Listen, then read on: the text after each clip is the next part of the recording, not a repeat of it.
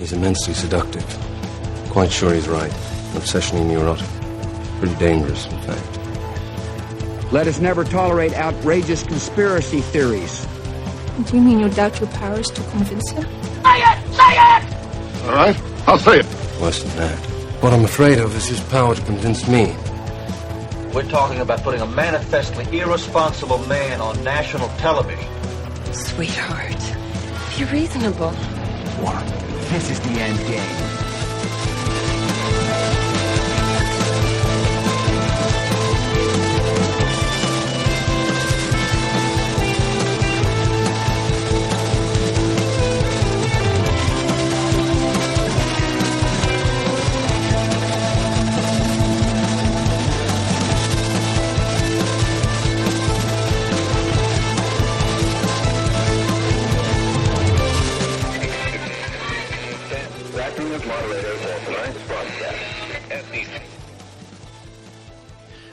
All right, everybody. It is Monday, March 17th, 2025, the 57th day of the Golden Age. I'm your moderator, Chris Paul. Let's be reasonable. Can't believe I said it was the 19th. That doesn't even make sense. Wednesday, I'll say that. It'll make total sense. So we've been gone for a few days. I was not able to get an episode in Thursday or Friday. I've kind of been running myself ragged between doing the show, heading to GART, doing the show, dealing with some stuff in my personal life, all good stuff. But we are back to normal schedule this week. Wednesday, the live stream will be at 3 p.m. for paid Substack subscribers.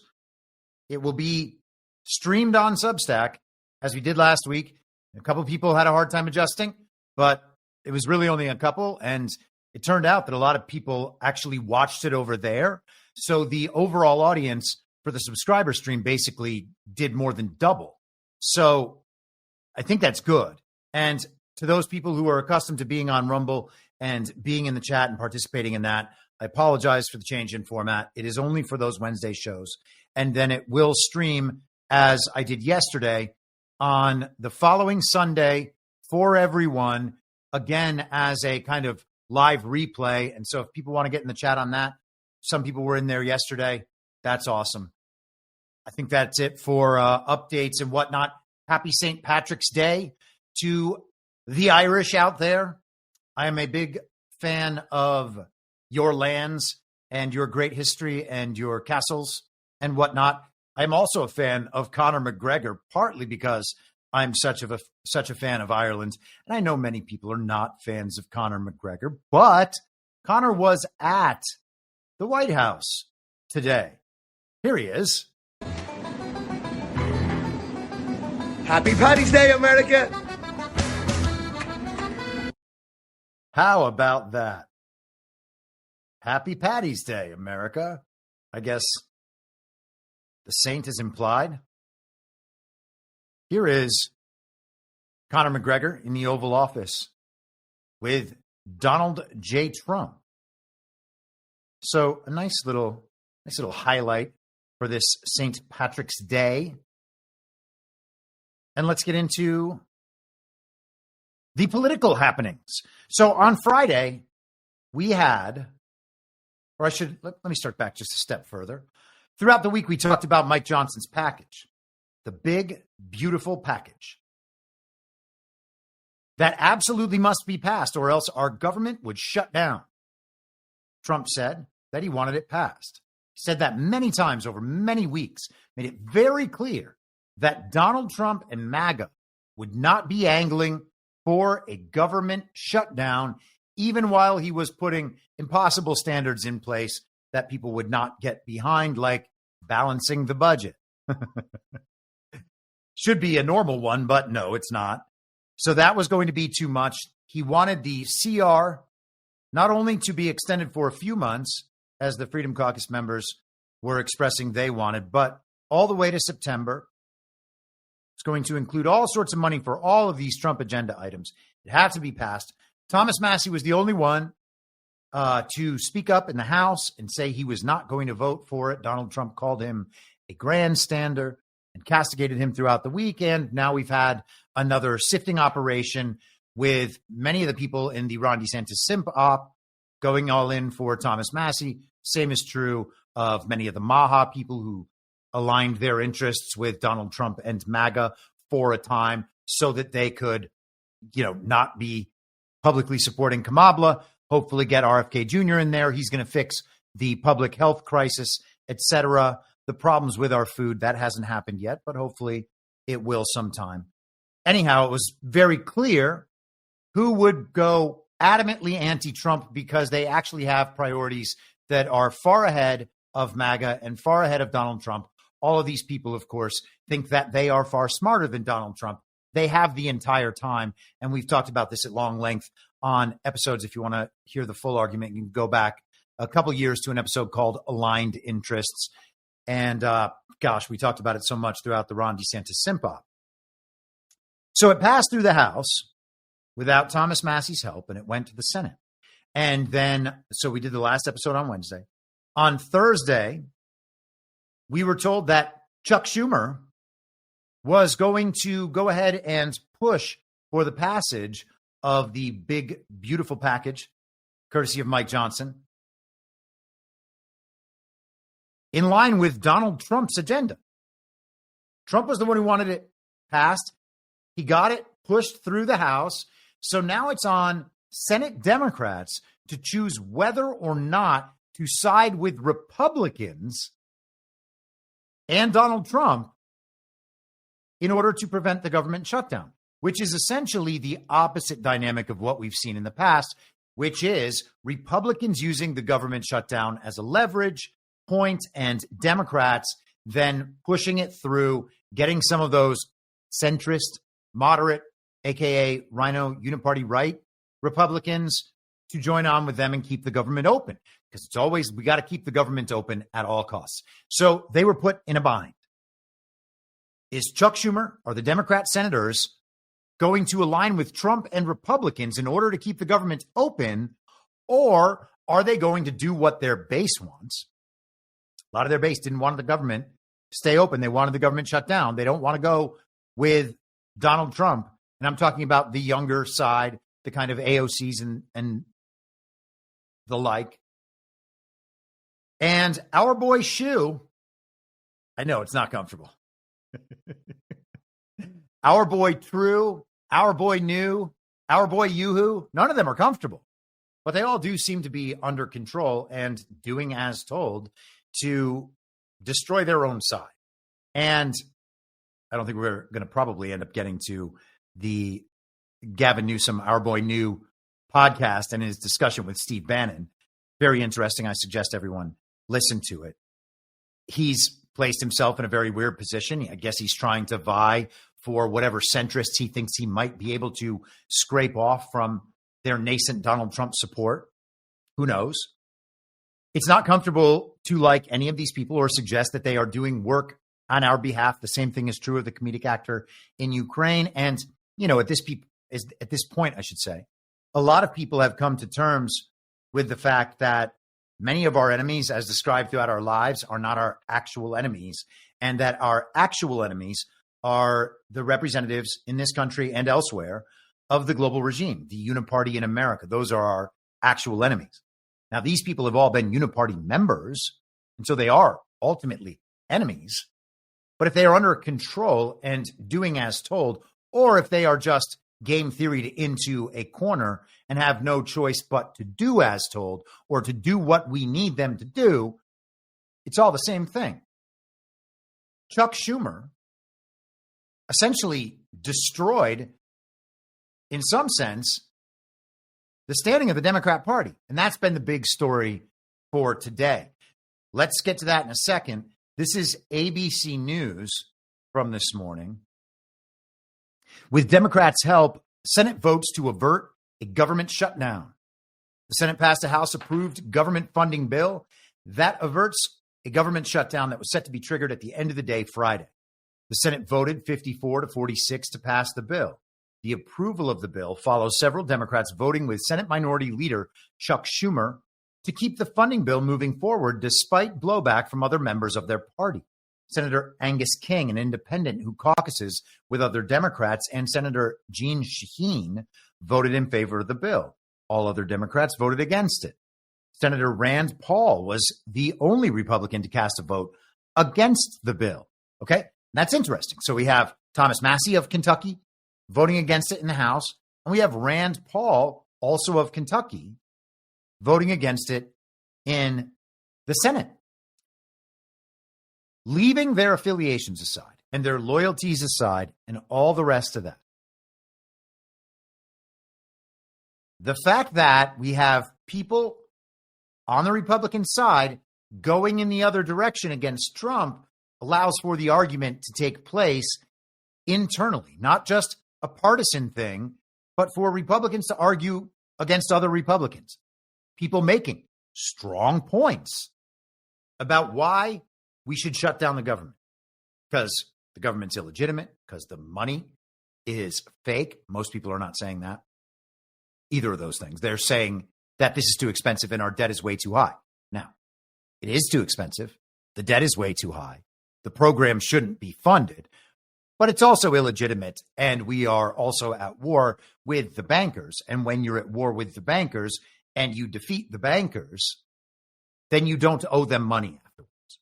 Okay, so those points, as far as I'm concerned, are irrelevant, but the argument is still good to have.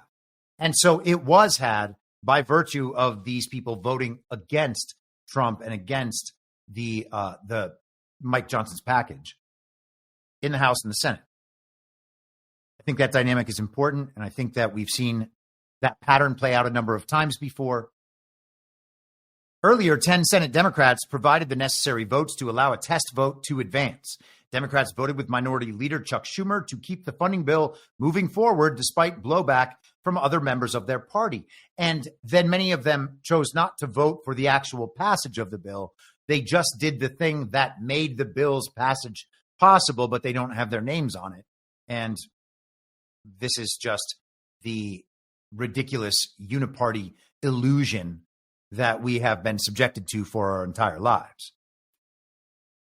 I know a lot of members didn't like the CR. The government shutdown would be far worse. A government shutdown gives Donald Trump, Elon Musk, and Doge almost complete power to close down because they can decide what is an essential service, Schumer said on CNN between the votes.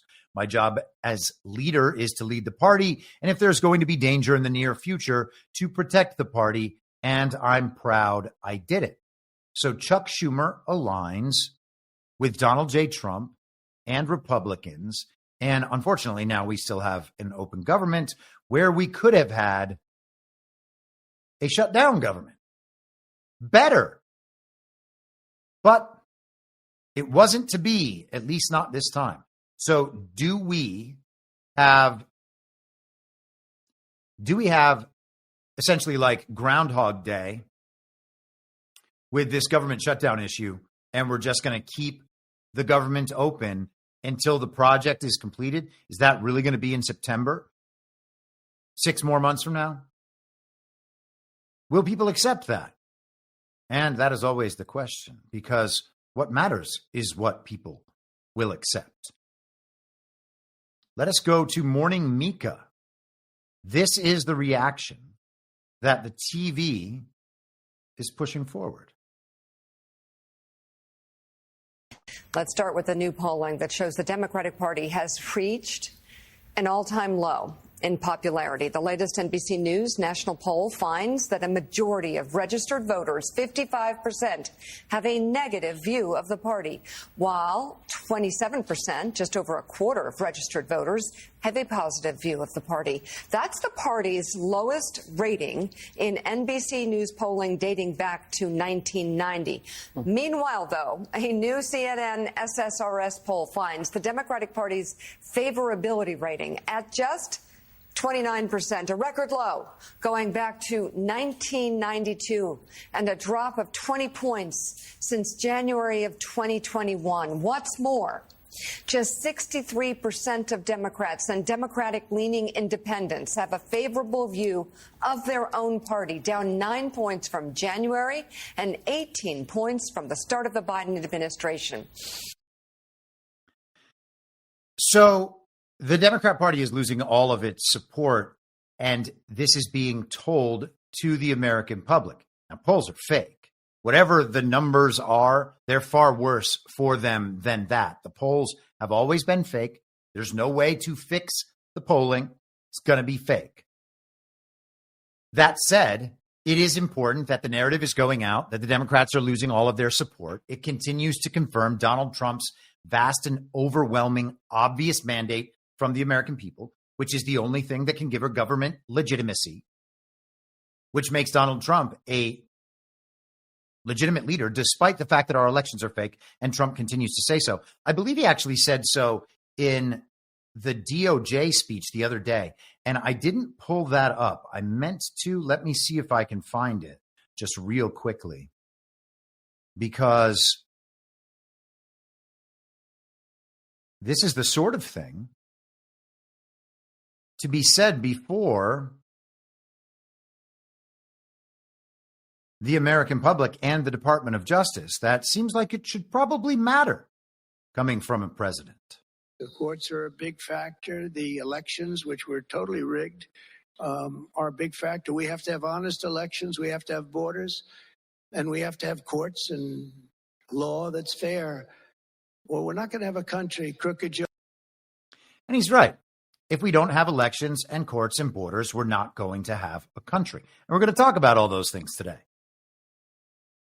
So Donald Trump's mandate is confirmed again and again and again, and the mainstream media is also confirming Donald Trump's mandate.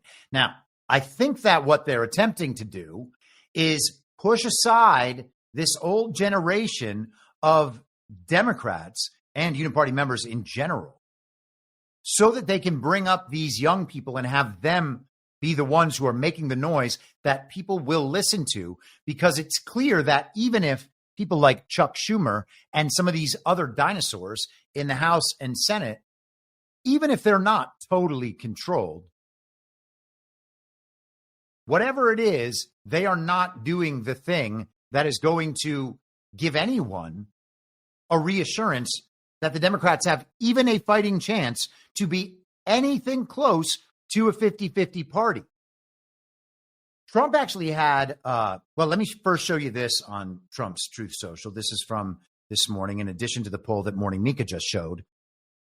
This is David Chalian, who Steve Bannon always remembers as the guy on CNN who was groveling over Joe Biden on the night of the fake inauguration in 2021, talking about the lights along the reflecting pool in Washington, D.C., representing Joe Biden's arms outstretched and embracing America into his new unifying pull, I guess. I don't know. Trump's policies will move the U.S. in the right direction or wrong direction. This among the not the State of the Union, the speech before the joint session of Congress.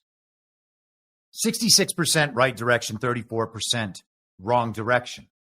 That is not some slight difference. Let me find this other Donald Trump post, because he actually had, hopefully I'll find it quickly here. Here it is.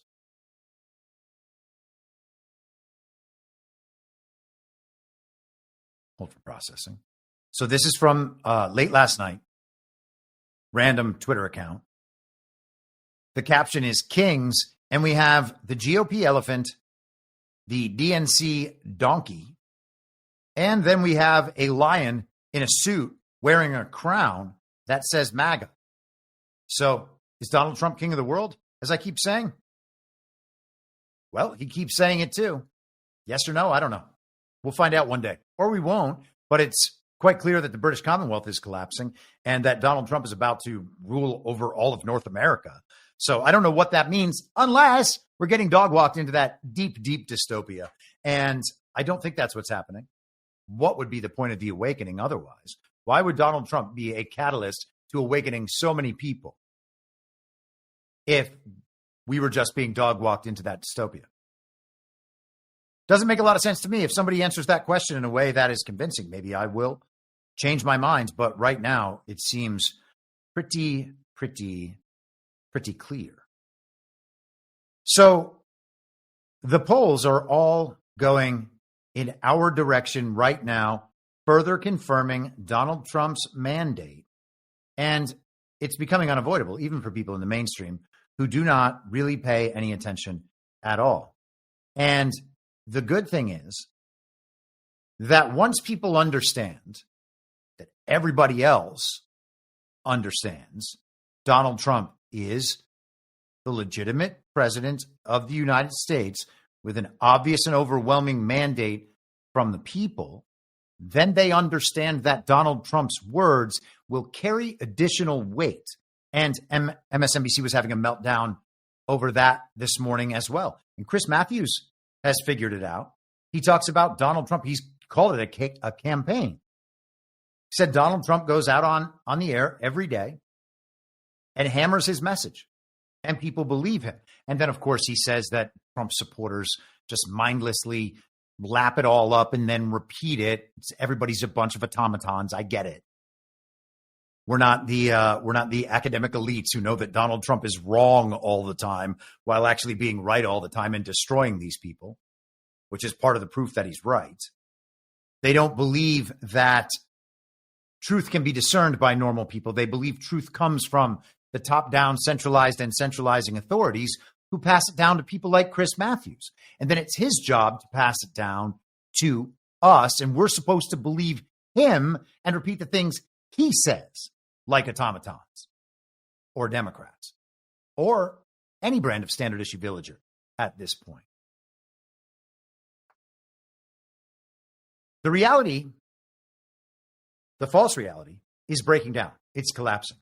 And as the false reality collapses, it becomes easier for Donald Trump to disclose what's coming next, to disclose critical pieces of information that the American public has been blind to, ignorant of, however you would like to say it. And we mentioned one of these examples last week in our discussion of the Autopen. And to recap, the week before, Andrew Bailey, the Attorney General of Missouri, asked the DOJ to begin an investigation into the legitimacy of Joe Biden's actions as president due to his dementia. And we discussed how that was a cover story, potentially,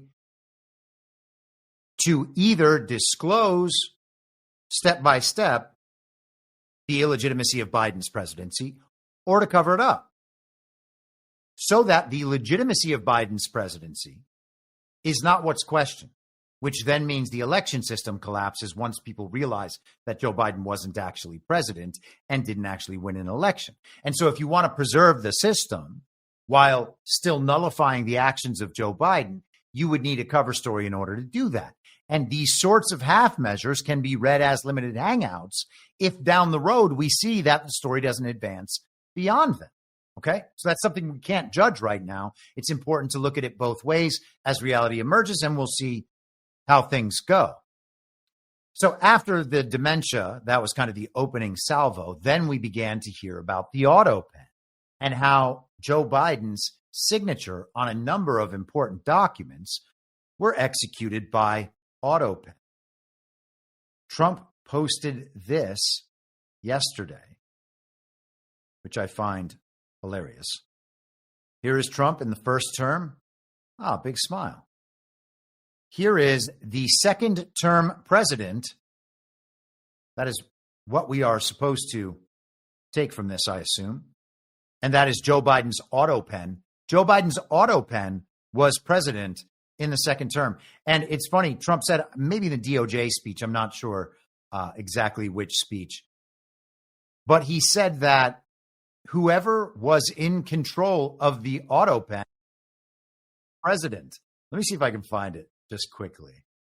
This Twitter transcript on YouTube video, or YouTube transcript on videos, is just the greatest thing.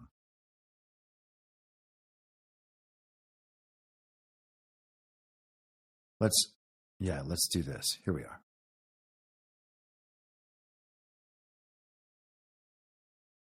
Hold for processing. Biden got us into a real mess with Russia. and everything else he did, frankly, but he didn't know about it. And he, generally speaking, signed it with Autopen. So how would he know that Autopen is a big deal? I don't know. You know, they're having, who's doing this? So when my people come up, Will and all of the people, Steve, they come up and, sir, this is an executive order. They explain it to me. And, 90% of the time I sign it. 99% of the time I say do it. But they come up and I sign it.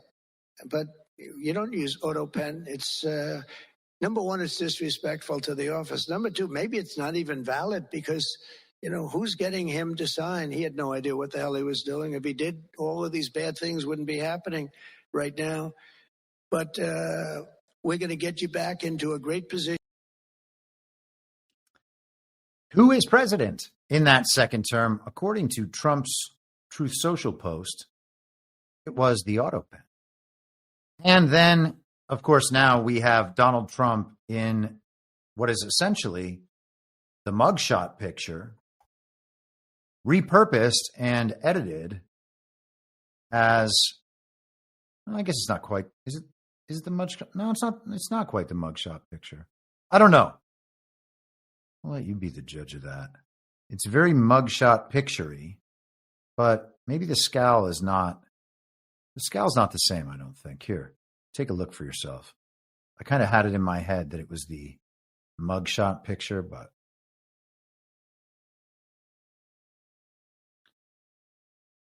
similar scowl, but I don't think they're the same now. Upon another glance, I don't know, it's hard to say. Anyhow, Trump presidency, Autopen presidency, Trump presidency. Trump said whoever's in control of that Autopen was the real president. And I had the speech wrong. I will find it one of these days and I will show it to you. And now that I'm saying that, I want to look at Telegram and see if I was able to, if I'm able to, I should say, if I am able to find it. I'm speaking terribly. Oh, it's good to be back. All right. Well, we're going to leave that alone for now. And we're just going to continue on. So the Autopen was the president for the pause term, for the devolution term, for the last 4 years. Who was in control of the Autopen? Joe Biden kept Trump's tariffs in place. Joe Biden re-upped executive orders like 13848. There were many things that Joe Biden did that were totally in line with what Trump had done in his prior term. And in fact, Joe Biden, in his fake State of the Union speeches, would talk about MAGA agenda issues occasionally, like the MAGA version of a Democrat. And of course, the political analysis would say he was trying to appeal to those people who are MAGA friendly about certain issues, but not supporters of Donald Trump and want another option who will actually support the issues they care about. And so that makes sense. And that's a fine explanation if only Joe Biden was a real president. And of course, he's not a real president. But let us continue. This was Donald Trump in a very, very interesting, quite an interesting little appearance on Air Force One last night, speaking to the media. There are a few clips from this we'll play throughout the episode. The Autopen, it looked like we had an Autopen for a president, and we would have been better off if we had, probably. But it looks to me like, that's a big subject. I'm sure you won't ask about that, but I know that's really quiet. I wonder if that's too quiet. I apologize for the quietness. It's impossible to know how these clips will come up. Perhaps I can find a better version quickly on YouTube. And if I can, then I will be able to give you some timestamps. Okay, let's try this. Hold for processing and apologies.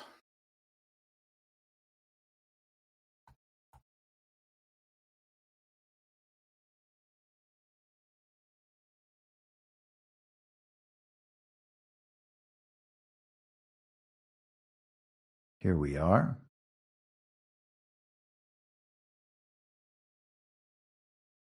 Here is the first of these.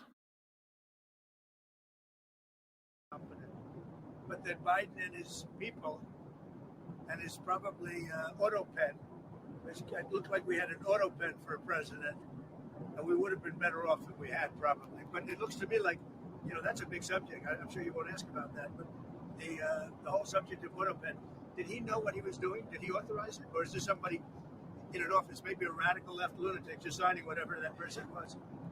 That's not what it's all about. I never use it. I mean, we may use it as an example to send some young person a letter. It's nice, we get thousands and thousands of letters and letters of support for young people, for people that aren't feeling well, etc. But to sign pardons and all of the things that he signed with an Autopen is disgraceful. Mr. President, as markets and consumers continue to react to tariffs, as markets and consumers react to tariffs. So that's Autopen number one. The people in the chat are saying they could hear the videos, so that is good. And here is Autopen video number 2. Are those executive orders, those pardons from the former president now null and void? Well, I think so. It's not my decision. That'll be up to a court. But I would say that they're null and... Just to be clear, the question was, the pardons that Joe Biden executed, are those null and void? And Trump says, I think so. Because I'm sure Biden didn't have any idea that it was taking place.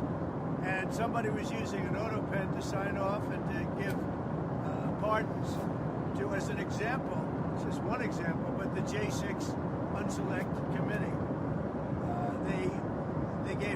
They gave pardons with an Autopen. I don't think Biden knew anything about it.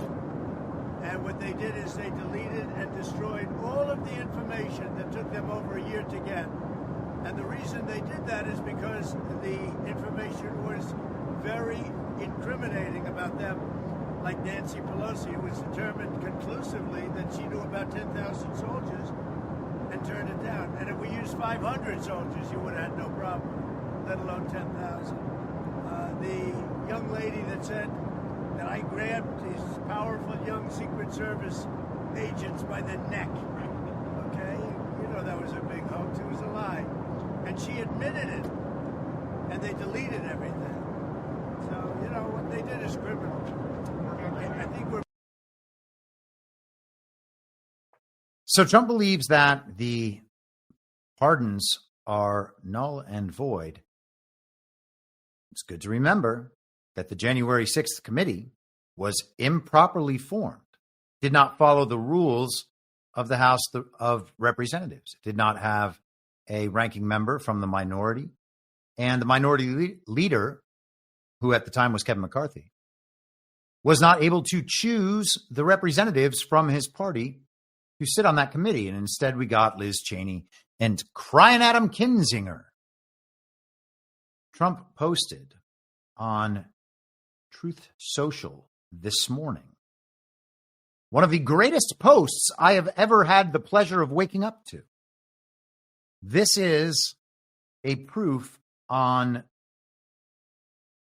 things that I personally have talked about, and a couple of my associates like Burning Bright and John Harold have talked about, and not too many people beyond that have talked about over the last few years.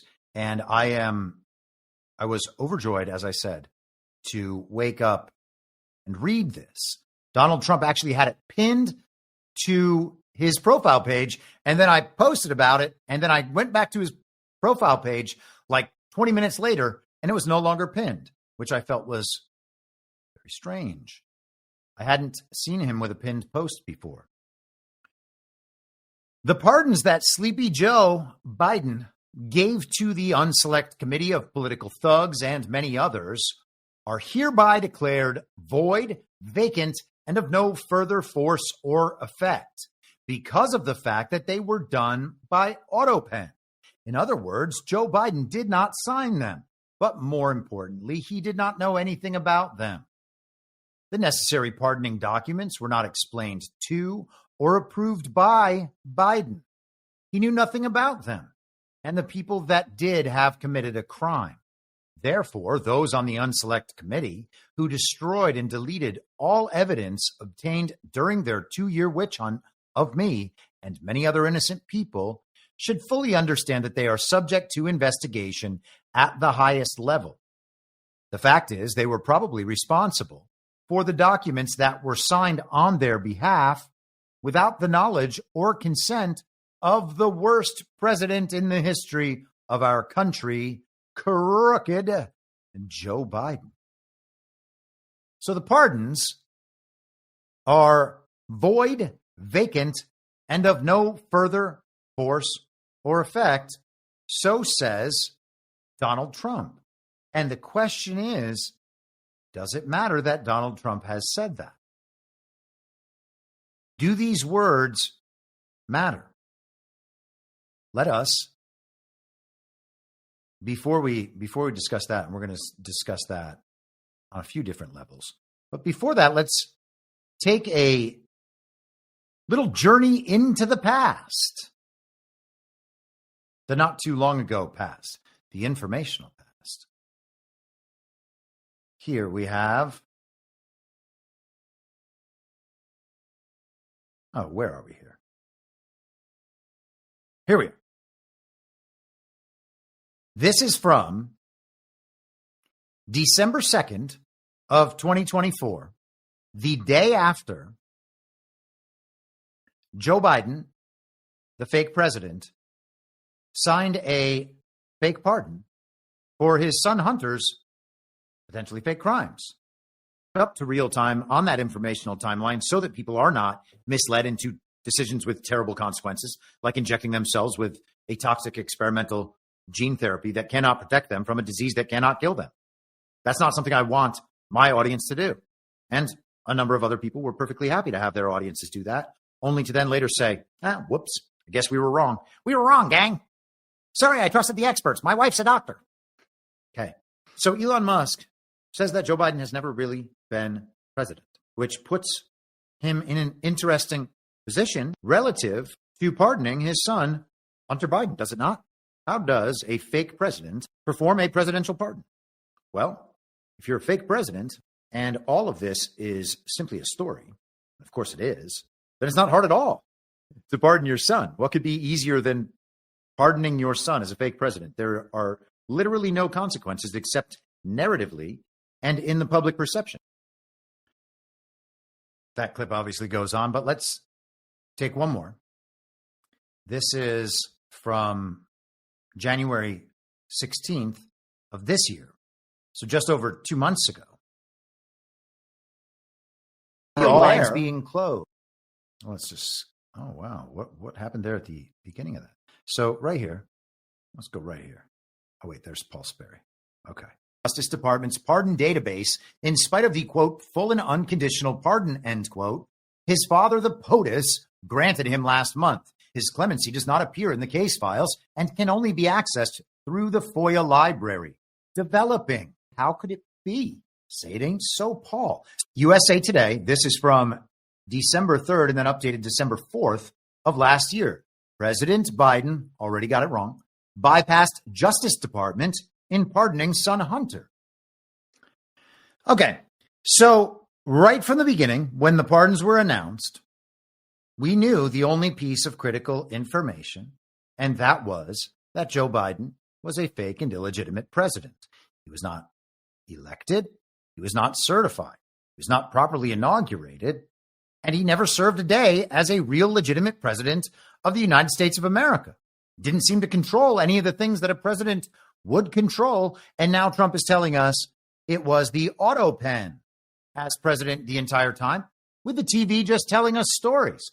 Donald Trump has to go along with a bunch of those stories, or maybe he's leading this thing through as an op to wake up the normies. It's probably not that. It's probably for other things.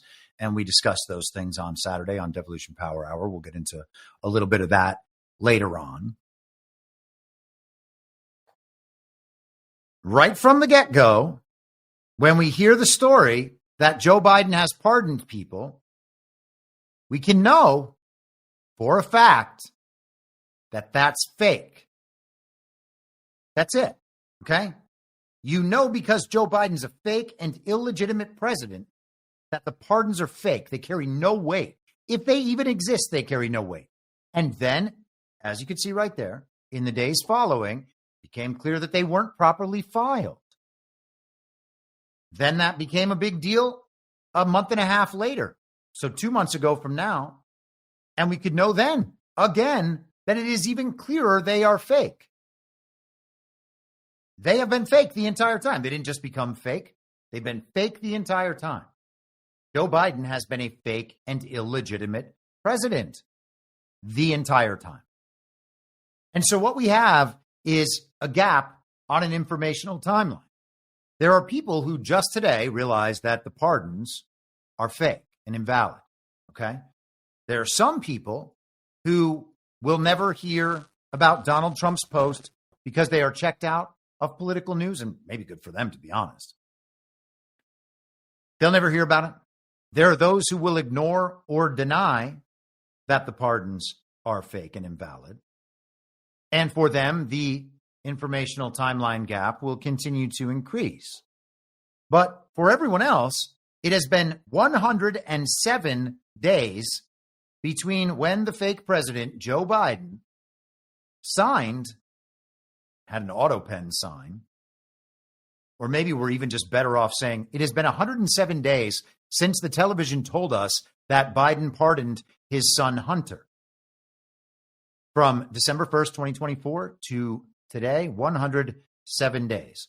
So if today you come to terms with the fact that the pardons are fake, you have limited your gap on an informational timeline to 107 days. Now, to close that gap and reconcile that problem, you would have to understand that they've been fake the whole time. And then anything that evolved from the misunderstanding would have to be reconciled as well. For instance, I don't think this is a real problem, but it's being presented as one. Liz Cheney and Adam Kinzinger woke up and found out that they weren't actually pardoned. Now they're going to be horrified. Well, maybe if they believed that Joe Biden was a real president and had actual pardon authority. They may not have believed that. They may not have that problem at all.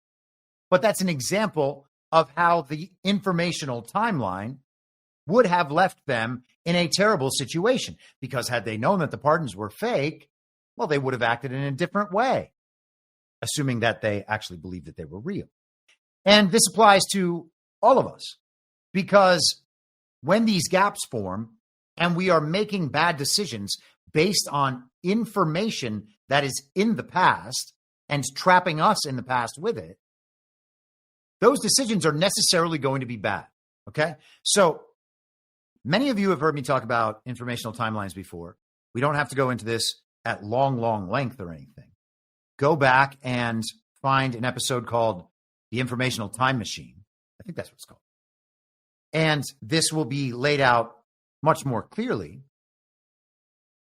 Let me see if I can find this. Oh, no. It's called On Informational Time Travel from June 23rd, 2023. On informational time travel. Let's take the example of vaccines. This is a very easy one that a lot of people, I think, can totally understand. There were people who got vaccinated with the COVID vax and then later on realized that they had injected themselves with a toxic experimental substance that could not protect them from a disease that could not kill them. And so that information happened to be available the whole time. They could have known from the very day those vaccines were released that there was no way that this toxic experimental substance could protect you in any way. It could only create risk because there was no risk from the disease unless you believe the television, which disseminated misinformation and then protected that, keeping people back in that informational past with it. There are people who found out a year, 2 years later, oh, hey, it was a really terrible idea for me to go ahead and inject myself with that toxic experimental medical product. That is the sort of terrible decision that can happen when you are trapped in an informational past. The reality has been inverted relative to that issue, the COVID vaccine. And until you have understood what the problem is, you will continue to make terrible decisions relative to that issue. Anything that touches that particular issue will be the product or will cause terrible decisions to be made. It's not simply good enough to redirect your understanding. You have to go back and reconcile how far back you could have known that, and then consider everything else, all the other decisions, all the other beliefs formed that are founded on that foundational misunderstanding. I hope that makes sense. Okay? So let's bring it back to Joe Biden. 107 days from December 1st. So he could have known the pardons are fake the entire time, not had the emotional meltdowns on TV, not believed that all the Con Inc. influencers pushing all of it and our anger were actually telling us the truth.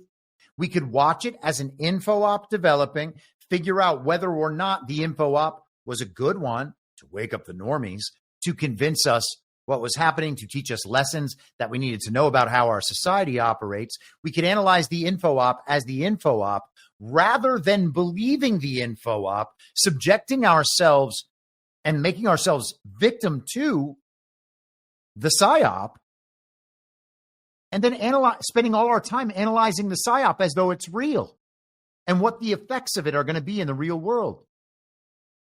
That traps us in an informational past. We believe something false because the television tells us, and we are not willing to check the foundations of that belief and then disregard any information from the television, from the authoritative source that conflicts with a foundational reality we can be certain about. Joe Biden did not receive 81 million real lawful American votes. There has never been any proof to the contrary. There is no reason to believe he was ever a real or legitimate president, and that the things he did as president would ever have a lasting impact throughout American history and on into the future. That was never going to be possible. And there were under 5 people talking about this the whole time. Let us continue. So here is another timeline gap that I want to highlight as well. 1,518. That is the number of days between when Joe Biden was fake inaugurated and today. So for the last 1,518 days that people have believed Joe Biden was a real and legitimate president, they are in a gap at least this large. And the problem is that today, despite Trump giving as much proof as anyone could give that Joe Biden was never a real or legitimate president, he never had the power to sign pardons. These pardons are not invalidated because of the Autopen or because of his dementia. The pardons are fake. He is explaining step by step to the country that the pardons are fake. Or he's providing a cover story in a limited hangout, but we'll give Trump the benefit of the doubt. We don't need to give other people the benefit of the doubt, but I believe Trump deserves it. And I think a lot of you believe Trump deserves it because he has been the catalyst of this awakening, whereas the others have not been. So 1,518 days since the fake president assumed his illegitimate power, presiding over nothing on the foundational level of our government, and perhaps some authority over the operation of the administrative bureaucratic deep state. What other authority could he have possessed? Did he run the military? He didn't even seem like he knew what was going on. 1,518 days, and people today will still not take the lesson from what Trump is saying and will continue to increase the gap along an informational timeline. Now, if just today you have been convinced for the first time that Joe Biden was not a real and legitimate president at any point, then you have 1,500 some odd days to work your way back through and reconcile the fact that Joe Biden was never president and that all of those things need to be unwound. And instead of doing that, you could have just skipped the whole thing. All of it. Simply by recognizing that Joe Biden was not a real and legitimate president. And the people are the ultimate authority on that.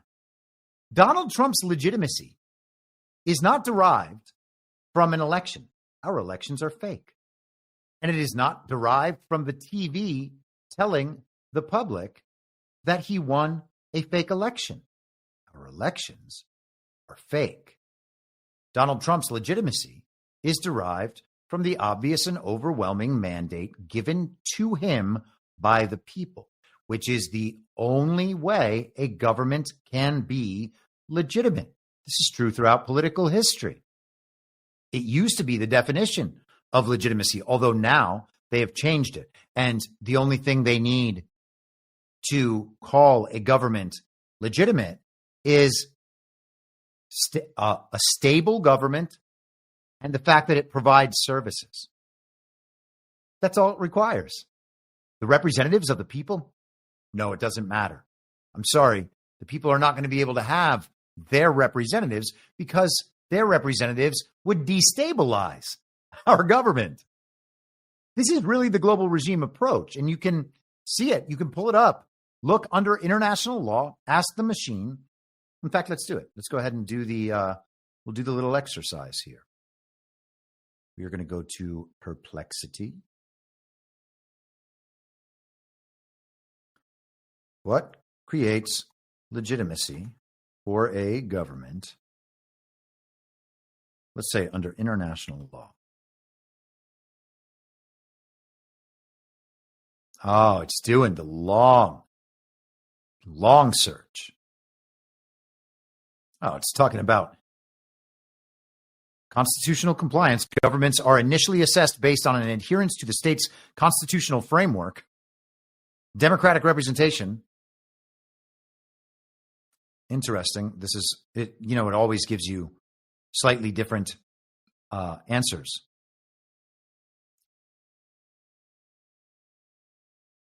This is going through all sorts of stuff that is probably less relevant to our conversation. Reflecting legal theories. That is annoying.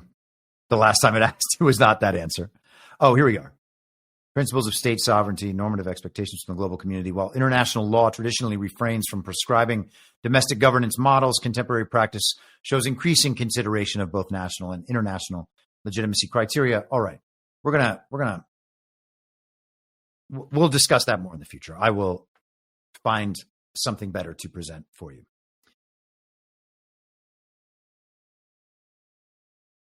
There is no political theory that I am aware of throughout history that suggests a government can be legitimate in violation of the mandate and consent of the governed. Okay? And it's certainly not the case in our country. The consent of the governed takes primacy over everything. That is what our founders believed. The government was meant to be of, by, and for the people. Joe Biden never had a legitimate government.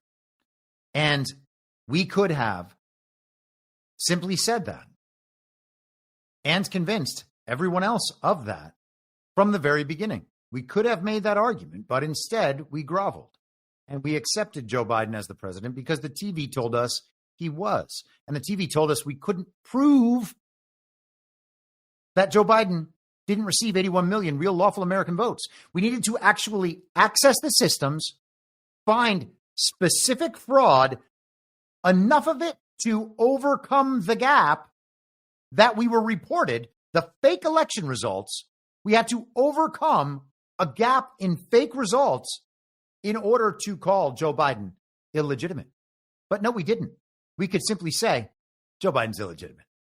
You know why? Because there's no proof anywhere that he received 81 million real lawful American votes.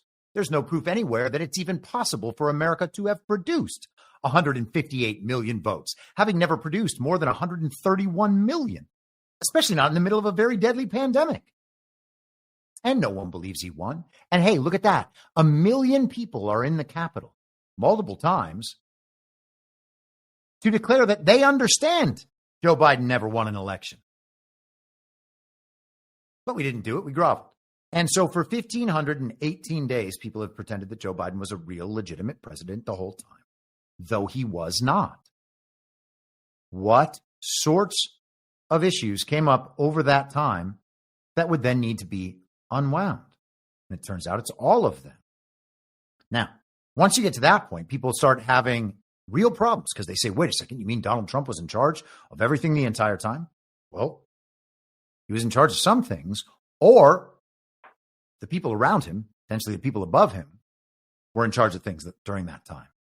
Now, a lot of people think that Trump is in charge of the whole thing, and maybe he is, but also maybe he isn't, okay? Maybe he is the front-facing part of that information operation that seems to be geared at taking down the global regime and removing the control apparatus that it uses in country after country after country, which is, to repeat, control over the media, control over finances, economies, currencies, sanctions, etc., control over resources, control over trade routes, and then control over militaries, right?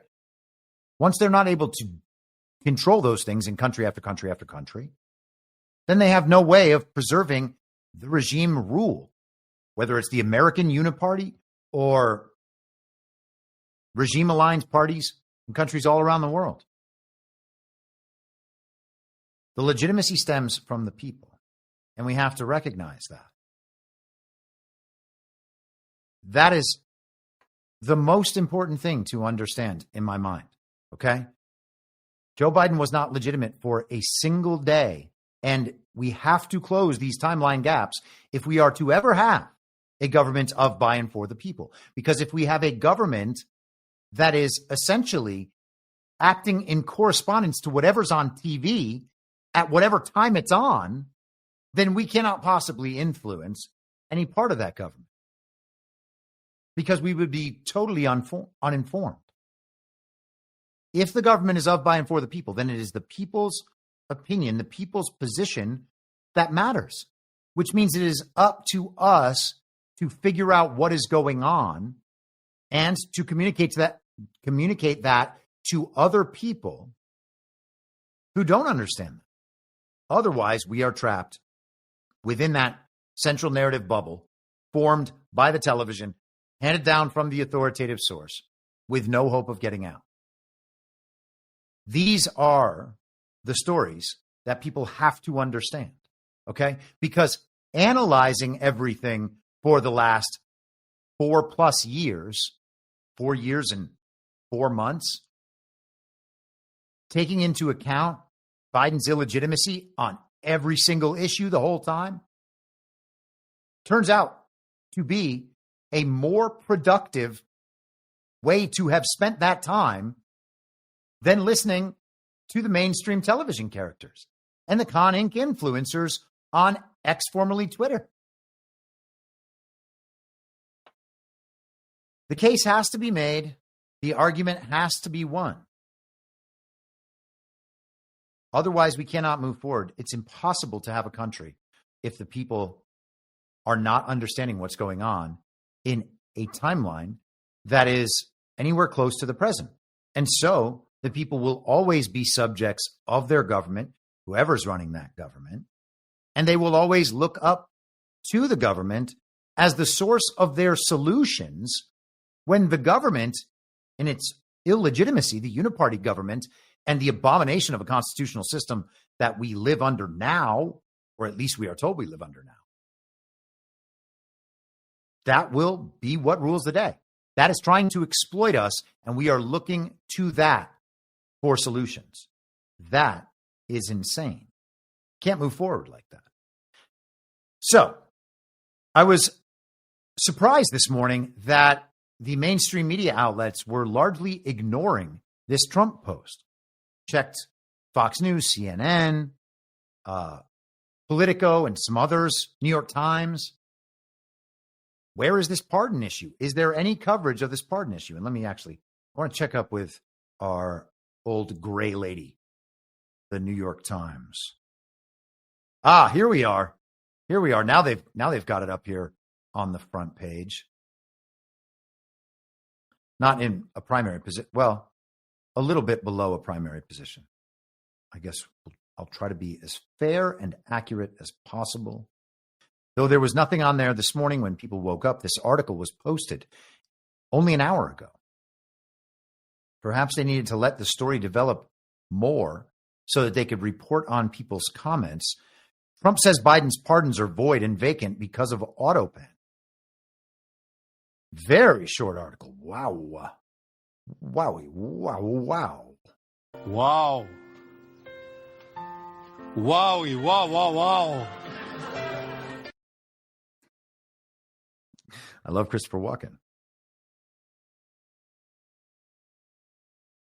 So, not much there that we haven't covered. It is now being reported, but it was not reported first thing in the morning. This seems like the stuff of absolute Democrat meltdowns, mainstream meltdowns, and it was largely ignored. And you wonder if they simply don't want to talk about it. And you may remember in one of those clips, I hope it was possible to hear it, one of those clips on Air Force One, Trump said that you don't want to report on that, addressing that to the reporters about the Autopen and the nullification of those pardons. Well, you don't want to report on them. They probably don't want to report on that because of the problem I described, not because Joe Biden's pardons are going to be overridden. The pardons were fake from the get-go. It's what it means that Joe Biden's pardons are totally null and void. Here is John Berman of CNN. Well, hopefully here's John Berman. Here we are. John Berman of CNN covering the unpardoning. And let's talk about the framing out. After midnight, in the wee hours of the morning, President Trump puts out this social media post where he declared that the pardons that President Biden issued just before leaving office were null and void. Essentially, on social media, President Trump said he was unpardoning people that President Biden had pardoned, members of the January 6th committee, people like Anthony Fauci, presumably. So what gives here? Can you do that? Well, as you might imagine, the Constitution says nothing about unpardoning one way or the other. The pardon power is absolute in the Constitution.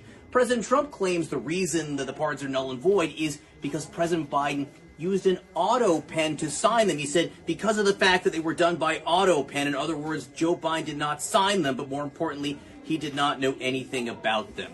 That's why Trump says the pardons are not valid. But you know what? The Constitution doesn't say anything about signing pardons at all. It says he shall have the power to grant reprieves and pardons for offenses against the United States. Doesn't say anything about signing with a pen or an Autopen or with blood or with ink or whatever. It's not in the Constitution. And moreover, the Justice Department in years past under George W. Bush stated that auto pens basically have the same effect as regular pens. There's no law, period, that basically says that President Trump can unpardon anyone. It does not appear to be a thing, so say our legal analysts, but who knows? So say our legal analysts. Okay, the argument there, George Bush's Department of Justice, not authoritative, not a law, just an opinion, says that the Autopen can be official. That's an opinion. The fact that the Constitution doesn't say anything about the process of unpardoning is totally irrelevant. It's also irrelevant that it doesn't say you can't use Autopen and doesn't mention how the pardon has to be signed. Okay? There's no way that the founders would have believed that a country of, by, and for the people would end up someday having a president who was not accountable to the people, not elected by the people, and not actually doing the job of president at all the entire time. I cannot imagine that that would have been the sort of situation that they would have written into the Constitution. But regardless of all that, we are in a post-constitutional phase. The regime inverted the Constitution, as we've discussed many times, and we'll discuss again probably in this episode. The regime inverted the Constitution 160 years ago. We are not operating under the original Constitution anyway, so we can leave that aside. But the real thing here is that Donald Trump is not unpardoning. That is a reframing of what is happening here. Donald Trump is declaring those pardons null and void. That's it. They are void. They are vacant. What was the exact language he used? Void, vacant, and of no further force or effect. Okay? So that's not going to matter at all, and he will not abide by those fake pardons. Does Trump know more than the TV characters and than we do, because the TV characters won't tell us, about the legitimacy of those pardons, or who executed those pardons, or really who began the narrative rollout that Joe Biden had executed pardons? Okay? Fake president, fake pardons, all that from the beginning. There are no pardons to be unpardoned. Donald Trump is not going through a process of unpardoning. He is telling the nation these are not real pardons. And he's saying it's because of the Autopen. Hopefully that is a stepwise progression toward the ultimate understanding that Joe Biden was never a real president. We can hope that that's true. But he's not unpardoning Joe Biden. And that needs to be understood. So this is an attempt by CNN, understanding the info up, understanding the PSYOP here. This is an attempt by CNN to suggest that Donald Trump is claiming a power for himself as presidency that he does not have, the power to override pardons from presidents prior. If we see this thing progress through the courts, and Donald Trump has even said, well, we'll let the courts decide whether they're valid or not. Oh, that's for the courts to decide. He's giving his opinion as president, and then the courts will decide. And the thing is, the courts will just be giving their opinion as courts. They don't have any way of enforcing their opinion. And if the mandate of the people is on Trump's side relative to the pardons, then there are no pardons. And Donald Trump can nullify those pardons. He would have a harder time getting the people on his side if he was to say that prior pardons not related to the Autopen, at least at this point, would be null and void. Like if he was to nullify and void George W. Bush or Bill Clinton pardons. Maybe we'll get there. Maybe they didn't follow the process. Nobody, to my knowledge, has looked into that stuff. It might be an interesting and worthwhile dig. But we could get to the courts about whether or not the president actually has the power to investigate someone despite a pardon.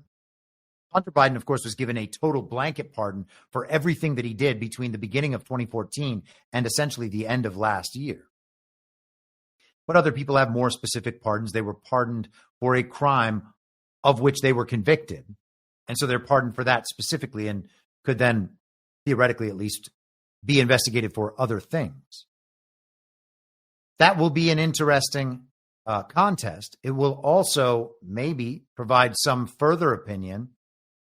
And again, the court's opinion matters. The court's opinion matters in as much as it can influence legislative action and executive action and public opinion, so the public mandate forms around it. And if it's unable to do that, then the opinion doesn't matter. And we're going to get to some of that a little later as well. So this stuff will be challenged in court. And we may see something even about the unpardoning. Maybe John Berman is bringing up an issue that actually needs to be fleshed out. But that's not what Trump is doing. Caitlin Collins addressed this to Caroline Leavitt this afternoon in the press room of the Donald Trump White House. Let us go there. But first on the president's post overnight, saying that the pardons that were issued by President Biden preemptively to members of the January 6th committee, that they're now null and void. Have attorneys here at the White House told President Trump that he has the legal authority to undo a pardon simply because it was signed by Autopen, as he said? The president was begging the question that I think a lot of journalists in this room should be asking about whether or not the former president of the United States, who I think we can all finally agree was cognitively impaired. I know it took people some time to finally admit that, but we all know that to be true, as evidenced by his disastrous debate performance against President Trump during the campaign. I digress on that. But the president was raising the point that did the president even know about these pardons? Was his legal signature used without his consent or knowledge? And that's not just the president or me raising those questions, Caitlin. According to the New York Post, there are Biden officials from the previous White House who raised those questions and wondered if the president was even consulted about his legally binding signature being signed onto documents. And so I think it's a question that everybody in this room should be looking into, because certainly that would propose perhaps criminal or illegal behavior if staff members were signing the President of the United States autograph without his consent. Biden is on the record talking about issuing preemptive pardons to these people. But was he aware of his signature being used on every single pardon? That's a question you should ask the Biden White House. Is there any evidence on that he wasn't aware of it? You're a reporter. You should find out. Okay, Sean. Whoa, tiny. That's better. That's worse. All right, there we are. So, Caitlin Collins is given a mission to go find out whether or not there is any evidence that Biden was or was not aware that the Autopen was being used to sign pardons. It's so funny to watch it all unravel, honestly, but it is unraveling, and that part we can be very happy about.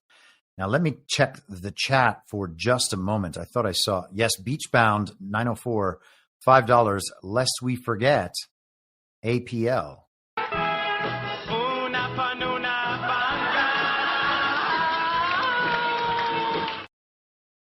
It's the best part of the day, to be honest. Anna Paulina Luna as Una Panuna Banca. Let us continue. This was the big news over the weekend, and we discussed this at long length on Devolution Power Hour on Saturday night. John Harold and I did. And so I would suggest, if you are interested in this particular issue, you should go and have a listen or a watch over there, Badlands Media on Rumble. And by the way, while you're at it, if you guys use YouTube, even if you don't watch this show on YouTube, but if you use YouTube, if you have a YouTube account and you can take 2 seconds to go over there and hit subscribe on the I'm Your Moderator channel, that would be a big help to me so that I can fortify against, well, my YouTube strike is, I think, expiring today. And if you hit certain follower numbers, then you're actually eligible for different parts of the YouTube model, like accepting super chats if people over there want to contribute to the show, etc. So the follower number actually has to increase for that. The YouTube channel had no content on it till about a month and a half ago. So if you are able to take 2 seconds and do that, that would be a big help to me. And as I said, I'm going to drop the channel link in the chat. I think you should just be able to go to, oh man, now I'm really messing things up. I'm messing up my ability to find my own channel. It's incredible. It's just youtube.com/@I'm Your Moderator. I guess they do the @ symbol there. And so I just dropped that in the chat. If you're able, that would be a big help. Thank you very much. Okay, let's go on. This is NBC News from over the weekend. This is Saturday. Judge expands temporary block on Trump's plan to use the Alien Enemies Act to deport Venezuelans. So we are talking about the very scary, very dangerous Tren de Aragua, those people taking over apartment buildings in Colorado. A federal judge on Saturday temporarily blocked an effort by President Donald Trump to use the Alien Enemies Act of 1798 to deport suspected members of a Venezuelan gang he is accused of unlawfully infiltrating the country. He also ordered any deportation flights carrying those subject to the presidential proclamation to return to the United States, and we will get into the update on that. Of course, those planes did not return to the United States. Trump on Saturday invoked the rarely used wartime authority, accusing Venezuelan gang Tren de Aragua of infiltrating Venezuelan President Nicolas Maduro's regime, including its military and law enforcement apparatus, perpetuating irregular warfare within the United States and using drug trafficking as a weapon against American citizens. Pardon for 1 second. Sorry. I'm trying to prepare this piece of information we're going to go through in just a moment, and I realized that I grabbed one link but not the other. So sad. So sad. Okay, here we are. Perfect. So that's all set up. Let's go to the White House. This is the official invocation of the Alien Enemies Act regarding the invasion of the United States by Tren de Aragua. And so we went through a big chunk of this on Devolution Power Hour the other night, but I want to focus right on Section 1 and Section 2 of this order. So Section 1, I find and declare that TDA is perpetrating, attempting, and threatening an invasion or predatory incursion against the territory of the United States. TDA is undertaking hostile actions and conducting irregular warfare against the territory of the United States, both directly and at the direction, clandestine or otherwise, of the Maduro regime in Venezuela. And I would suggest that it is not the Maduro regime doing that, but who he is directing this responsibility toward is largely irrelevant. I make these findings using the full extent of my authority to conduct the nation's foreign affairs under the Constitution. So he is making it very clear right away, this is absolutely under my authority as president. Based on these findings and by the authority vested in me by the Constitution and the laws of the United States, including 50 U.S. Code, Section 21, I proclaim that all Venezuelan citizens 14 years of age or older who are members of Tren de Aragua are within the United States and are not naturalized or lawful permanent residents of the United States are liable to be apprehended, restrained, secured, and removed as alien enemies. I further find and declare that all such members of Tren de Aragua are, by virtue of their membership in that organization, chargeable with actual hostility against the United States and are therefore ineligible for the benefits of 50 U.S. Code 22. I further find and declare that all such members are a danger to the public peace or safety of the United States. And so there's a few things that we need to think about when we're talking about these international criminal gangs or cartels that have come here. First is Donald Trump, in one of his immediate moves, becoming publicly recognized as president for his third term, was to classify the cartels as terrorist organizations.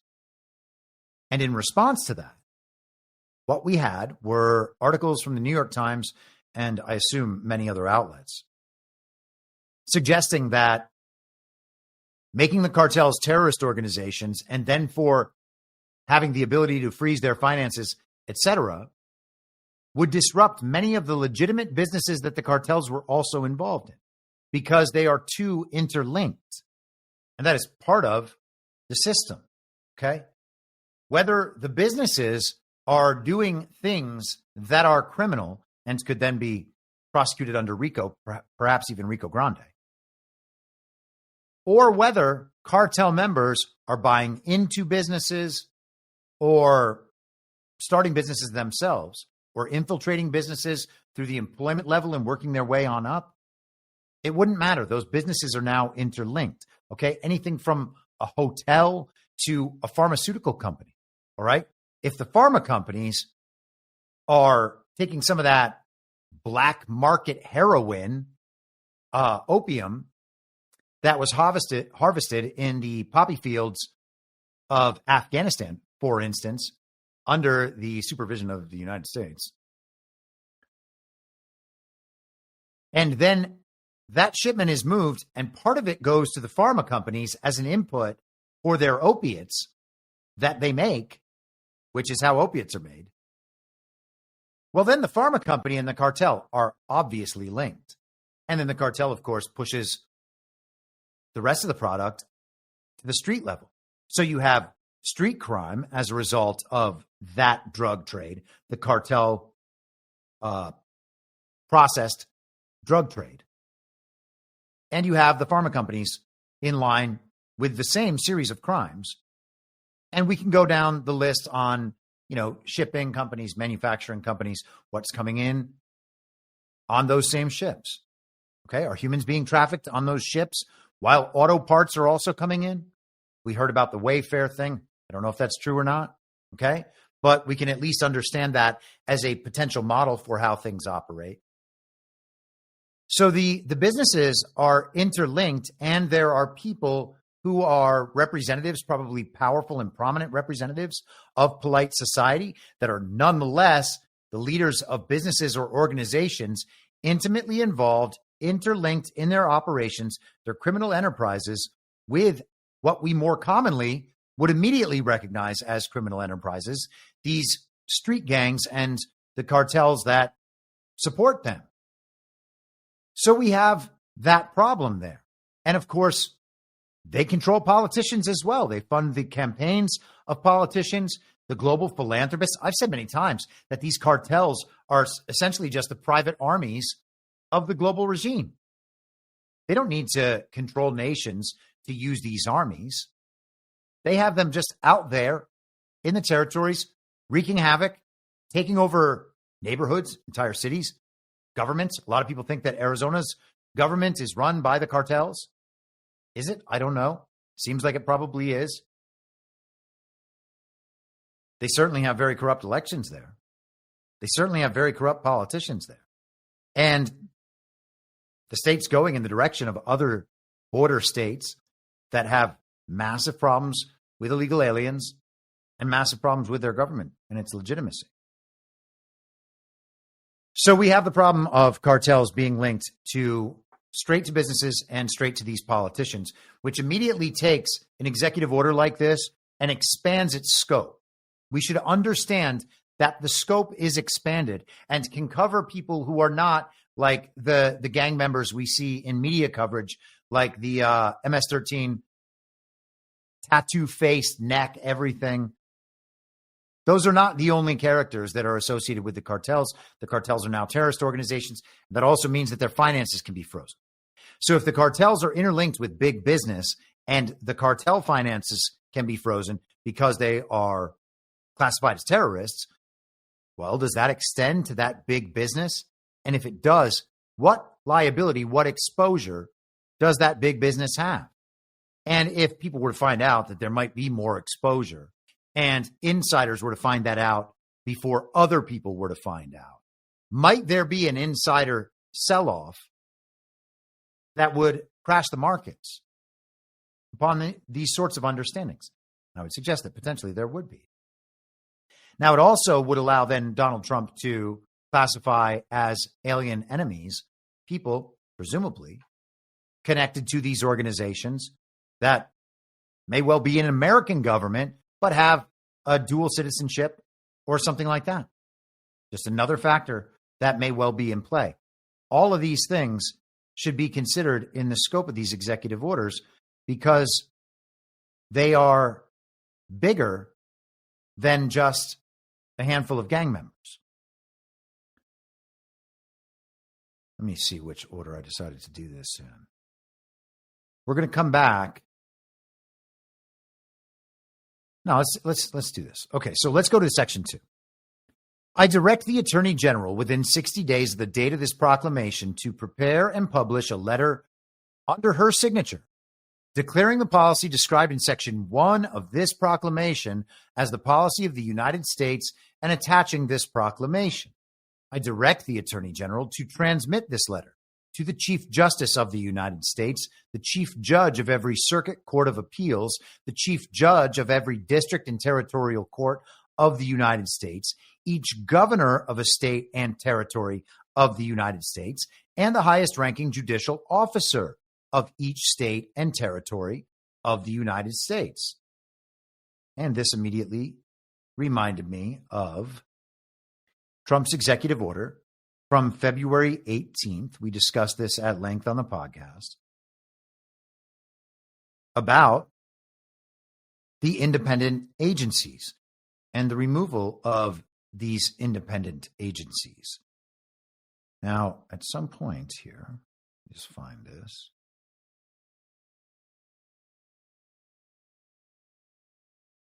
I wish I had found it before I shared this screen with you.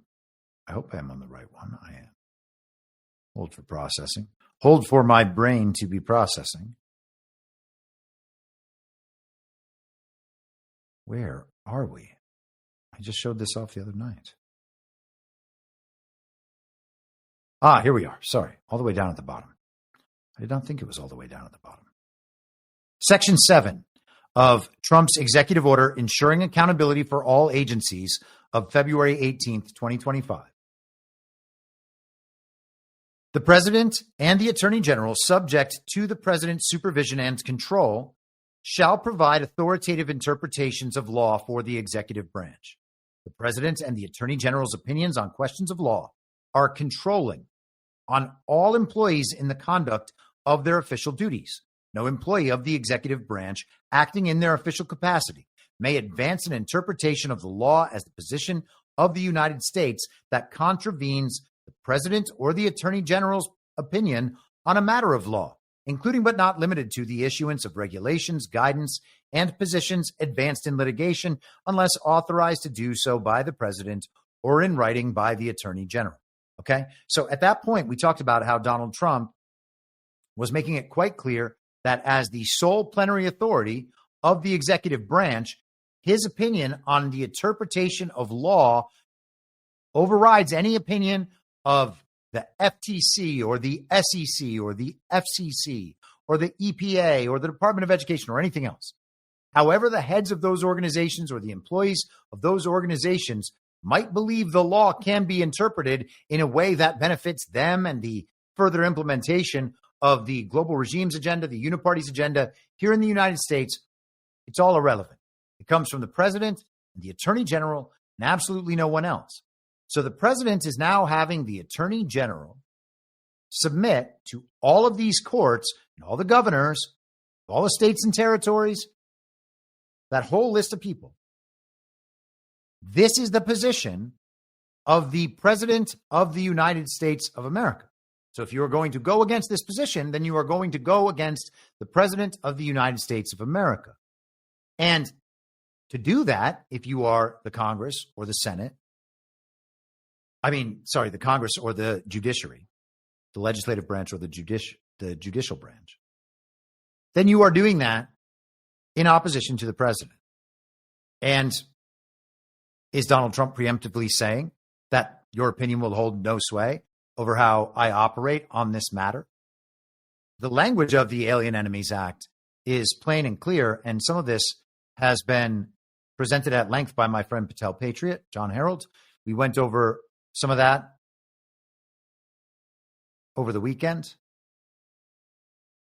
But just to direct you to a couple tweets from John, this is from March 15th, so Saturday.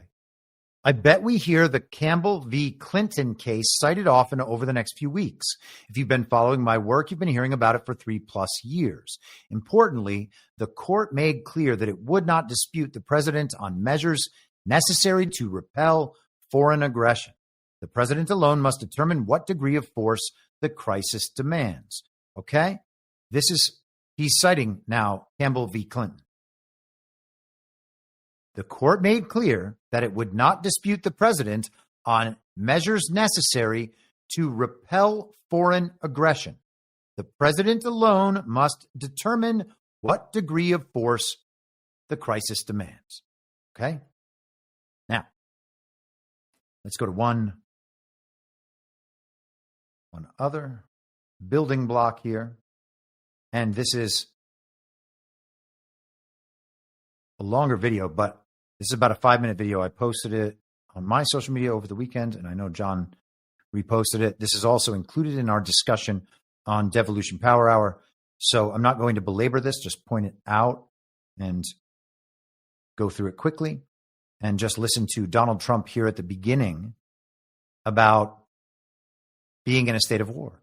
And I'll also invoke immediately the Alien Enemies Act to remove all known or suspected gang members. We have tremendous numbers of gang members. MS-13, the worst gangs in the world, they say. Before we defend the borders of foreign countries, we must secure the border of our country. It's very simple. I will deploy the U.S. Navy to impose a fentanyl blockade. Okay. So that was from September 25th, 2023. And then we had a discussion about that. Again, I would suggest checking in on Devolution Power Hour from Saturday night if you want to hear the rest of that video. So it is Donald Trump's sole authority. Even the courts have backed this up. There is precedent for it. He doesn't need the court precedent, but it's helpful. It is under his sole authority to deal with the foreign aggression and determine what level of force is necessary to deal with the crisis. So we have that. It is also, one of the questions is, are we in a state of war? And Donald Trump happens to be the person, the sole authority for declaring that as well. Now, Congress will declare war against another nation if we are going to go to war against another nation. But if we are invaded and the president is protecting the homeland, which is his number one sacred duty under the Constitution as commander in chief, that's all him. If he says the country is invaded, that's the only person with the authority to make that decision. Now, the people could rescind their mandate at that point and make it clear that they do not believe an invasion has occurred and that the president, if he moves forward, is operating without the mandate of the people on that issue. The Congress could potentially attempt to impeach the president, but the Congress isn't responsible for declaring that we have been invaded and then responding to it. That's the president. The judiciary isn't responsible for declaring that we've been invaded. That's the president.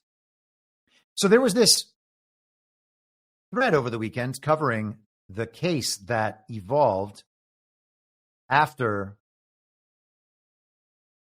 Donald Trump's invocation of the Alien Enemies Act. Actually, let's get to that thread in 1 second. I want to play Donald Trump's, just editing on the fly today. I want to play Donald Trump's clips from the plane. Here we are. This is the first one. The administration, actually, speaking of orders, violate Judge Boasberg's order in sending back the Venezuelan gang members and not bringing the plane back? I don't know. You have to speak to the lawyers about that. Violate Judge Boasberg's order. Speak to the lawyers. So the question is, did Trump violate the order to turn the planes around by not having turned the planes around? He said you're going to have to speak to the lawyers about that. Are you planning to do more deportation? I can tell you this. These were bad people. That was a bad group of, as I say, hombres. That was a bad group. When you look at them and you look at the crimes that they've committed, you take a look. You don't get any tougher. You don't get worse than that. You understand that. So, but you'd have to ask. That's number one. Let's go to number two.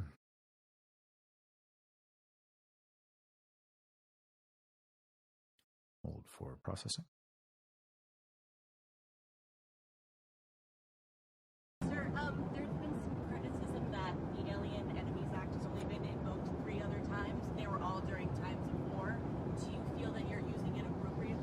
this is a time of war because Biden allowed millions of people, many of them criminals, many of them at the highest level.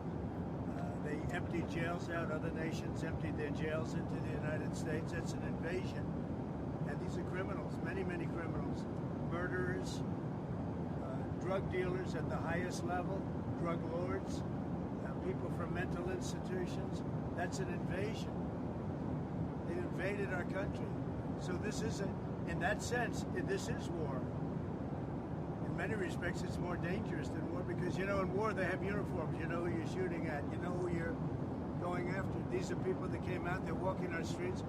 We have thousands of murderers that Biden and his incompetence, first of all, he's grossly incompetent, but that Biden and his people and his probably Autopen, it looked like we had an Autopen for a president. So he says that we have been invaded and that we are in a time of war. He is the sole authority in the American government and, importantly, the commander-in-chief of the American military. He's the only person who can decide that. There's no one else to decide it. It's Donald Trump. And he's telling the people the decision now. If the courts disagree with that decision, it's irrelevant. There's no constitutional ability whatsoever for the courts to prevent Donald Trump from doing his duty as he sees it. So this is a thread from Inner City Press on Twitter, and this is Thread Reader app. Here we are. So they're talking about the temporary restraining order that that the judge is attempting to place here, and that the ACLU is requesting. And this is the conversation back and forth between Judge Boasberg, who I guess was a Yale roommate of Brett Kavanaugh. Very interesting. Important to understand as we go through this. He asked how he shall define the class, the group of people that the ACLU is looking to protect here. He said, we can submit with the date of the proclamation. We're concerned they might extend this to MS-13, so why not any proclamation that names a non-state actor? So the argument started as you can say that you're being invaded by Venezuela, but you can't say that you're being invaded by Tren de Aragua because that's not a state actor. Very clever. That would be quite a distinction, wouldn't it? Not that it matters in reality, but an interesting argument. And we may see that play out in the future, that groups of non-state actors can be identified this way as invaders. The judge says, does the president's authority extend to invasion or predatory behavior? This is a question of first impression. There's helpful law review, so tell me why, given the lack of authority, should I find that the president has authority? I think this is the assistant U.S. attorney, says, in the case cited, a German 3 years after the war challenged his detention and lost. The president has the authority. Judge Boasberg responds, look at footnote 17. Doesn't it leave open judicial review? And keep that in mind. The assistant U.S. attorney says this is reserved to the political branches. The ACLU says the German case, war had been declared and had not been declared over. Boasberg responds, does this proclamation mean that Tren de Aragua is part of the Venezuelan government intent on predatory invasion? It refers to a hybrid criminal state. Another interesting factor, and maybe that's why Trump included Maduro, who is really not the enemy here. But one of the, let me skip down here. I don't want to go through this whole thing. There we are. The ACLU says we can dispute whether immigration can be considered an invasion. Boasberg says these are not easy issues, so why shouldn't the TRO continue? That's temporary restraining order. Maybe there are some national security issues you haven't told me. The status quo is to keep them in ICE custody. And so the idea here is And let's just do one more. The assistant U.S. attorney argues that this question cuts to the core of the president's authority, war powers, immigration, and conducting foreign policy. This is a Youngstown Steel situation, and that is a very interesting case, but we will not go into it now. So they are arguing that illegal immigration, which is what they are classifying all of this as, they're not suggesting that these people were brought in by the American government or by corporations or anything else intentionally. We are just keeping the illusion that has been indoctrinated into most of the American public for decades now that these criminal gangs from south of our border are illegal immigrants who just so happen to be criminals, but are just coming here for a better life. So this is an immigration problem, not an actual invasion. Again, very clever by the regime, and a clever argument to try to distinguish and say that non-state actors can't be qualified as an invasion, because then they can just invade us through other means. Why wouldn't an adversarial state bent on destroying our country, destabilizing our country, send this sort of hybrid, soldier, not obviously necessarily, at least, an actual soldier in a war effort, but someone who can be guaranteed to disrupt and destabilize American society, potentially murdering, raping, trafficking drugs that might lead to deaths, shootouts in cities, hits carried out by essentially the mob, which we don't like to imagine is what some of these murders are, but of course, it seems like that's definitely the case sometimes. So would that accomplish the same goals that a war might be waged to accomplish? The answer is yes. And now we have the ACLU arguing that we are not allowed to see it that way. The president, as the sole authority to make these judgments, is not allowed to see it that way. And that the court has the power to stop the president from seeing it that way. And that's what he mentioned about judicial review. So we have, can immigration be invasion? Well, yes, an invasion. There's no other person besides the president who has the capacity and the authority to declare an invasion. It is his judgment about what an invasion is. And so if this is an invasion, this is how Donald Trump sees it, as an invasion. I think he's absolutely right about that. They're saying this can only be in a time of war. But if the country is invaded and the president recognizes it as an invasion, then we are in a war.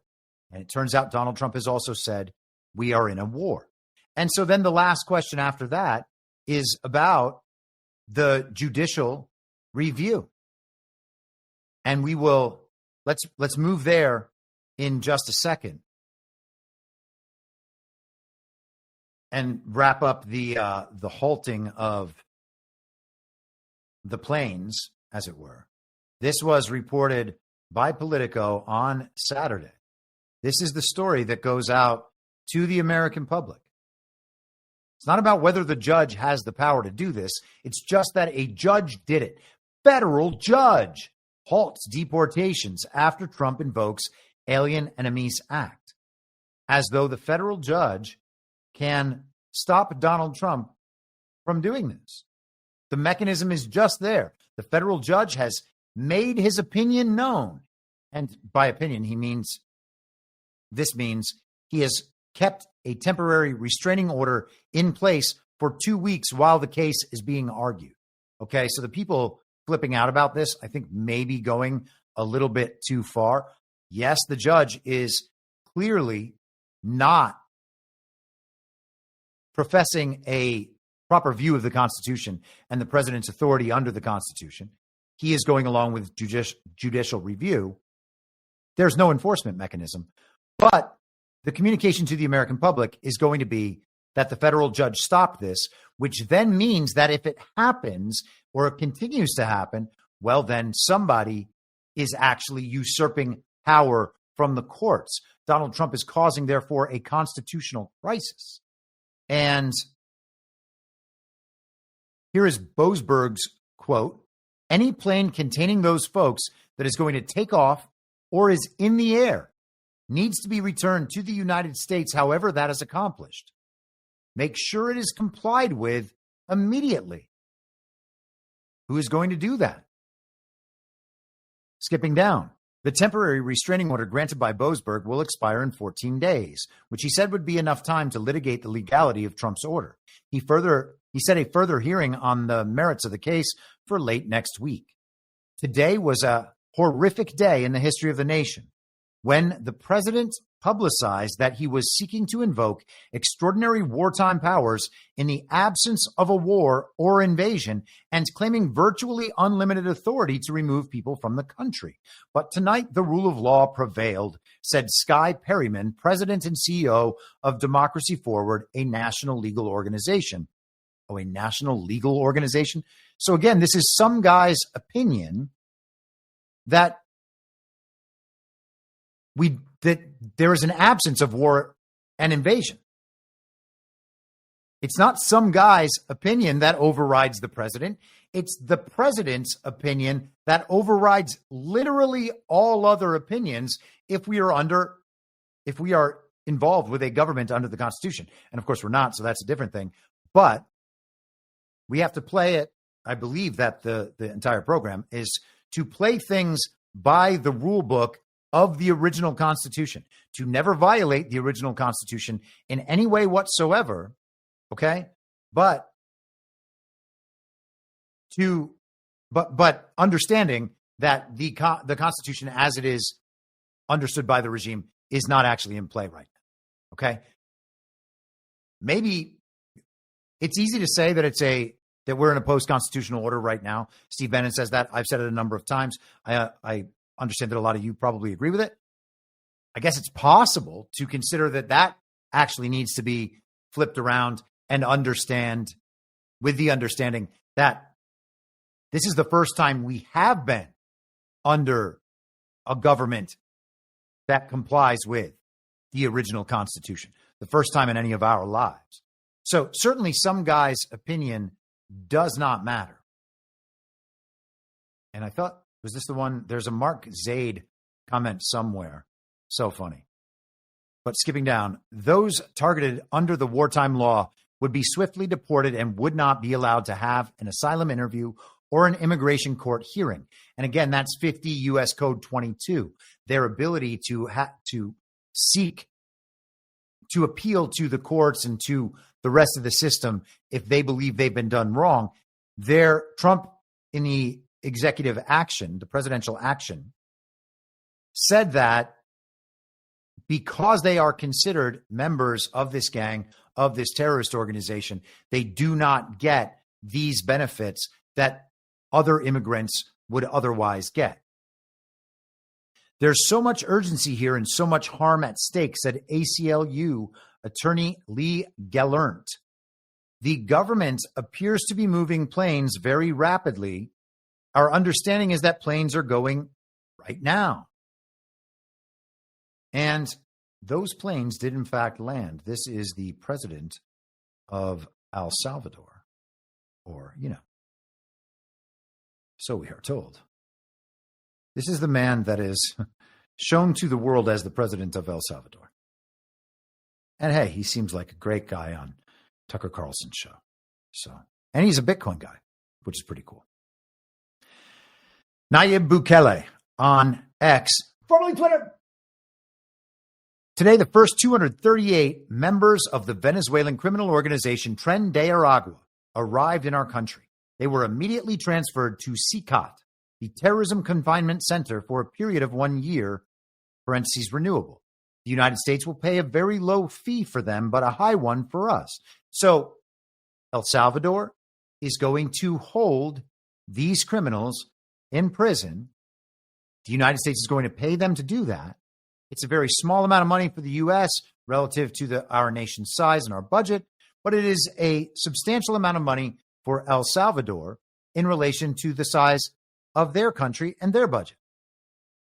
Over time, these actions, combined with the production already being generated by more than 40,000 inmates engaged in various workshops and labor under the Zero Idleness program will help make our prison system self-sustainable.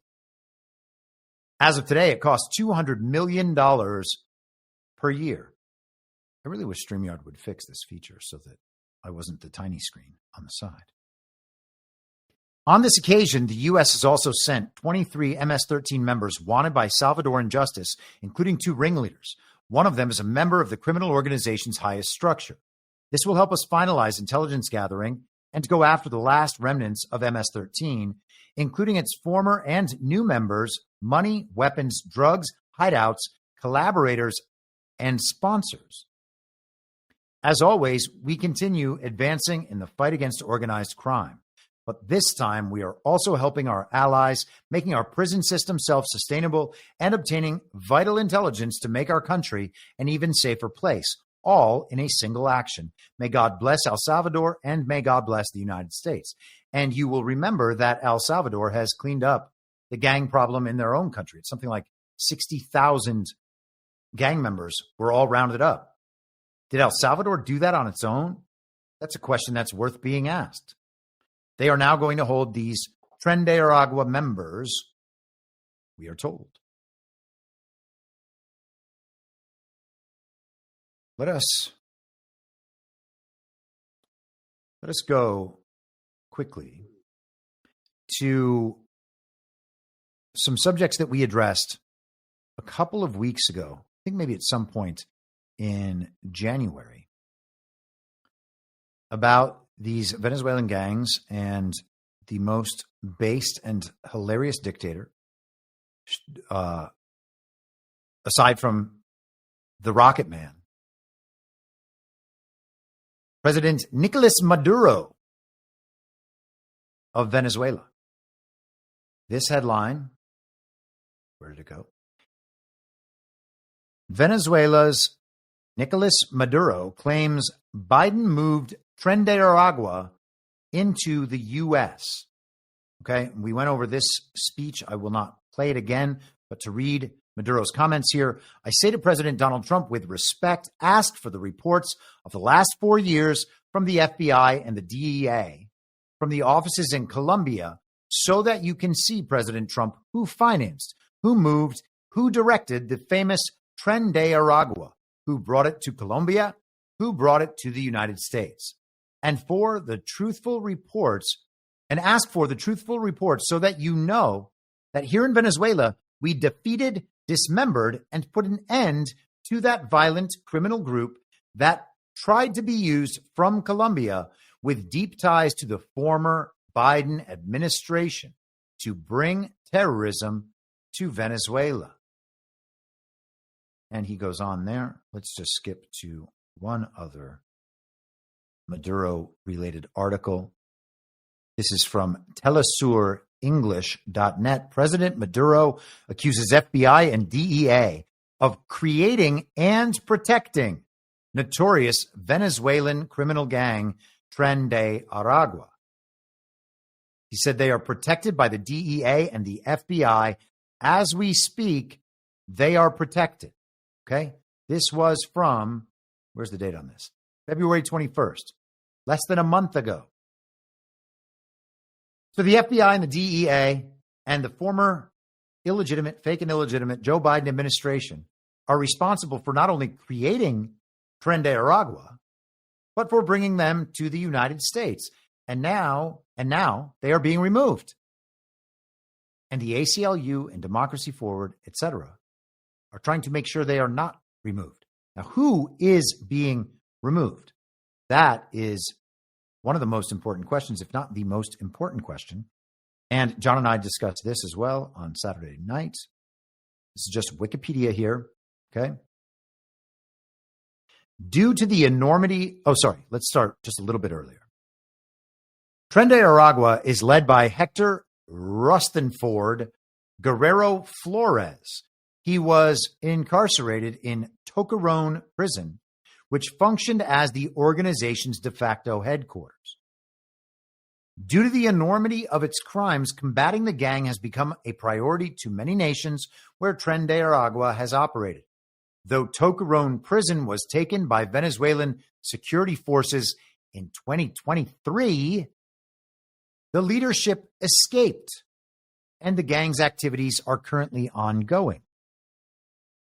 So, the FBI, the DEA, and the fake and illegitimate Biden administration are responsible for creating this gang that operated out of a prison in Venezuela.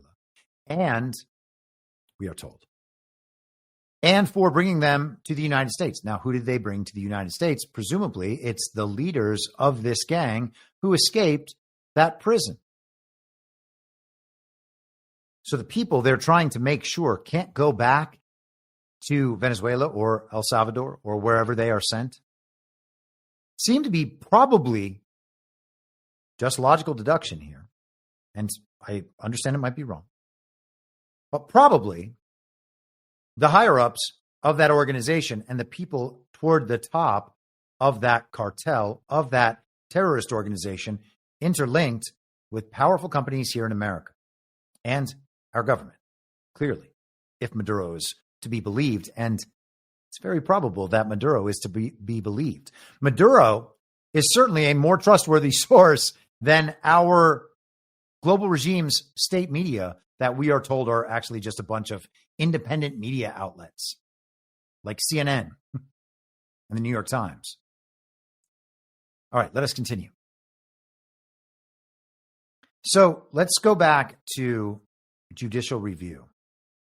And I will recommend, as I often do, that everyone subscribe to the podcast Path to Liberty by the 10th Amendment Center and hosted by Michael Bolden. It is an excellent podcast. They go through on a very regular basis. He goes through the writings of the founders, and not just the founders that we were taught about in our public indoctrination centers, the anti-federalists, people prior to the founders, people from after the founding era like Lysander Spooner, who are analyzing what the intent of the government actually was, what the authority of the Constitution actually is, etc. It is excellent. One of the many issues that they cover, of course, is judicial review. And so let's just go through this quickly. Judicial review, as established in Marbury v. Madison, 1803, from 1803, is the power of federal courts to declare legislative and executive acts unconstitutional. This landmark decision by the U.S. Supreme Court, led by Chief Justice John Marshall, fundamentally shaped the American legal system by asserting the judiciary's role as the ultimate interpreter of the Constitution. That's not how it is. The principle of judicial review allows courts to examine the constitutionality of laws passed by Congress, strike down laws that violate the Constitution, review executive actions for constitutional compliance. The written nature of the Constitution, according to Marshall, establishes it as the supreme law. The judiciary's role inherently involves interpreting the Constitution when deciding cases. The supremacy clause of Article 6 implies judicial review. So this justice decided, it was his opinion, that part of the Constitution implied this power to the courts to be able to strike down the executive branch and the legislative branch. And now we are all taught this as part of the original intent of the Constitution. This is the court's check on legislative and executive power. This decision strengthened the federal judiciary by establishing its power to act as a check on the legislative and executive branches. Although not explicitly stated in the Constitution, judicial review has become a cornerstone of the American legal system, allowing courts to safeguard constitutional principles and maintain the balance of power among government branches. That's not in the Constitution. That is something that John Marshall and the Supreme Court in 1803 in Marbury versus Madison took it upon themselves to give themselves, thus making the court a more powerful authority than the legislative branch or the executive branch, when all the court is empowered to actually do is give its opinions. I said, is it constitutional? The machine told me, yes, it's constitutional. The key aspects that make it constitutional, judicial review, are the written nature of the Constitution, the judiciary's inherent duty, and the supremacy clause of Article 6. And so I said, so that's an opinion that it's constitutional. Are there opinions that it isn't? Yes, there are opinions that judicial review is not constitutional. While the previous answer presented the view that judicial review is constitutional, there are opposing arguments. 1, lack of explicit constitutional basis. 2, the undemocratic nature. Some argue that judicial review undermines democratic principles by allowing unelected judges to overrule decisions made by elected representatives. 3, overreach of judicial power. Opponents contend that judicial review allows judges to impose their values and preferences on legislation and executive actions, potentially overriding democratic decisions. And of course, that's true. Historical misuse, and it cites Dred Scott. Undermining legislative intent. Some argue that judicial review allows judges to substitute their judgment for that of the elected officials, potentially undermining the intent of legislation. And some scholars suggest that the Constitution's judicial power and supremacy clause do not necessarily imply the power of judicial review as it is currently practiced. Now, I forgot to share my screen. I apologize for that. So, judicial review allows judges to override the executive and legislative branches. And to the extent that they are unelected, they are unaccountable. To the extent that they are appointed by unelected officials, which is what happens now, and they serve life terms, that makes them further unaccountable. And so we have a government that is antithetical to the government described by our founders. This is an inversion of the original intent of the Constitution. And this inversion is what supports the other inversions. The court has no enforcement mechanism whatsoever.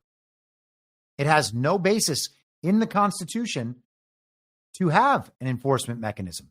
All it can do is render opinions on the constitutionality.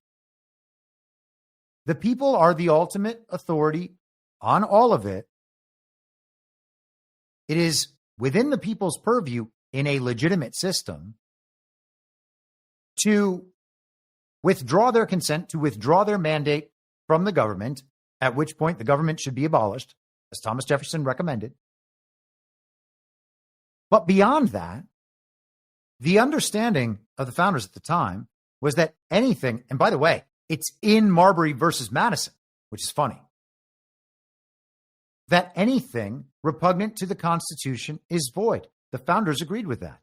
If what you are doing is in violation of the language of the Constitution, there is not anyone anywhere who must abide by the new policy. The president, the Congress would be treasonous were it to pass laws that violate the Constitution. The president would be treasonous to sign into law that which violates the Constitution. There is a process for amending the Constitution, and if that process is not conformed to, then whatever it produces is null and void from its inception, just through the act of nullification. It is up to us not to comply with that which is unconstitutional. It's up to us. If we comply, then we are giving our consent to an illegitimate government to violate the Constitution in our name and make us subject to whatever violations they choose. And again, I would strongly recommend listening to Michael Bolden from the 10th Amendment Center in the Path to Liberty podcast. He has been all over this the past few weeks. A Rumble rant in the chat. Maggie D8, $17. Sorry for being unruly. I did not know that you were unruly. And I see your question about Michael Bolton. Well, it's Michael Bolden, D-I-N, if I am not mistaken.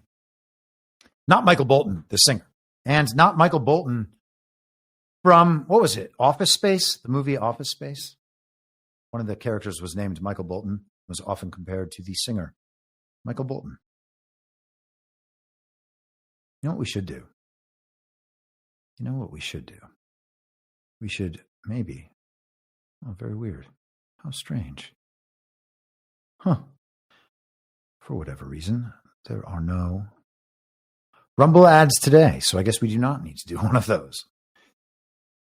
Okay. Let us continue to march forward. Jack Posobiec had an interesting point, and I know that as soon as you say Jack Posobiec, people will start talking about how much they hate Jack Posobiec in the chat, and that's all good. I know that Jack Posobiec was in a Q post or something, and now his information is therefore null and void forever. Information among other information, my friends. Also, Poso seems to be a purveyor of the correct narrative, though maybe not at all times. I don't know his intentions. I don't know his affiliations. But of all the people who are considered Con Inc. grifters pretty widely, he is the one I do not mind for whatever reason. I don't know. Got a soft spot for Poso, I guess. He said Article 3 of the Constitution does not lay out any enforcement mechanism for the judiciary to restrain the executive. It is Article 2 where the executive must, quote, take care that the laws be faithfully executed, end quote, and swear an oath to, quote, preserve, protect, and defend the Constitution, end quote, not the judiciary. In the Federalist Papers, Alexander Hamilton was one of the guys on like the regime side of things. Like he wanted a bigger centralized federal government. Okay. The exact wrong direction, the direction that has brought us to where we are today. It is him here making this argument. He describes the judiciary as the least dangerous branch, lacking the sword of the executive or the purse of the legislature.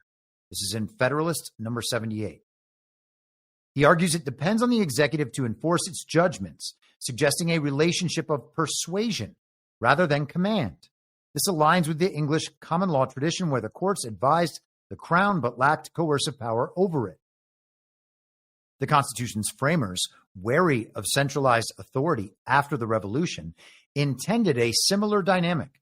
The judiciary could warn the executive of unconstitutional acts, but the ultimate accountability rested with the executive's oath and the people's elected representatives as outlined in the Constitution explicitly.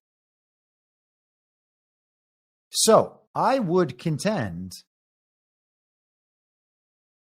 actually, let's do one more clip and then we'll from the plane and then we'll wrap this up.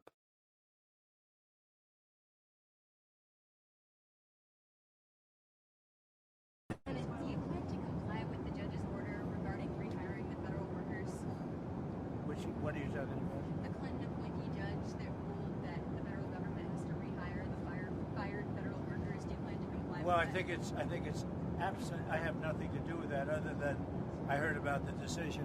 I think it's absolutely ridiculous. Absolutely. It's a judge that's putting himself in the position of the President of the United States who was elected by close to 80 million votes. And you have that. You're having more and more of that. It's a very dangerous thing for our country. And I would suspect that we're going to have to get a decision from the Supreme Court. But that's a very dangerous decision for our country. These are people, in many cases, they don't show up for work. Nobody even knows if they exist. And a judge wants us to pay them even if they don't know they exist. If they exist. And I don't think that's going to be happening, but we'll have to see. You have to speak to the lawyers about that. Mr. President, So, as you clearly heard, that is not related to this particular immigration issue, but again, another element of the judicial review. Can the judge stop him from firing federal workers? Or is that judge usurping executive authority? And the answer is, of course, the second one, as Trump just admitted there. So we seem to be headed on a collision course for the end of judicial review, I would suspect. I cannot imagine there is any way that Clarence Thomas would be supporting judicial review. Let's find out.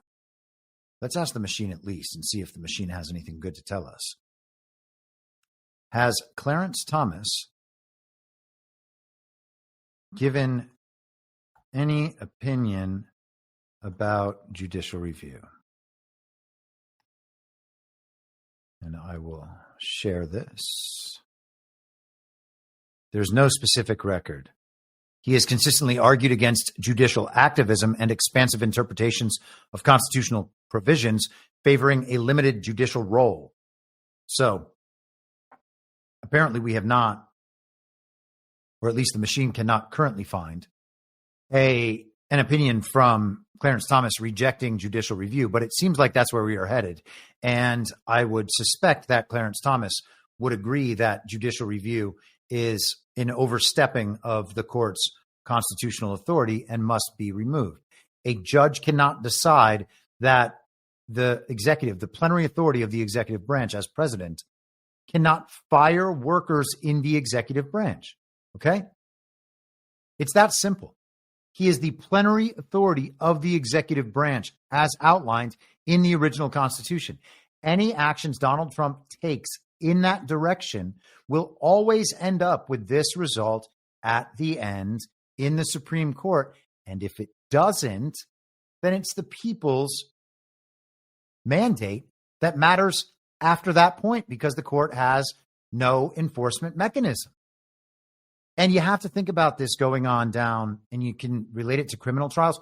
All court proceedings were supposed to be jury trials so that the jury of the American people, who were meant to be a representative sample of the American people, could weigh in not only on the matter before them, but on whether or not the law as written itself was constitutional and therefore a law that mattered, a law that was passed and mattered by the people's legitimate representatives with the mandate of the people, of, by, and for the people. And so you can go down and look at a criminal case in a state. The judge can deem someone as guilty, but then there still has to be an enforcement mechanism for imprisoning that person. And you take the decision away from the judge. It is for the jury trial, for the jury in the trial, I should say, to determine not only whether or not the person's guilty, but whether or not the law itself should stand. All of these things are always decisions that ultimately rest with the people. And the people have to assert that level of power, or else their consent, as far as the government is concerned, as far as the regime is concerned, is implied through their compliance. It is, again, up to the people to understand these things and declare these things. And that requires a shift in the way we perceive ourselves in relation to our government. We are not subjects of that government. The government is our agent. They are meant to act on behalf of the people, according to the will of the people, with a structure that can provide an enduring system.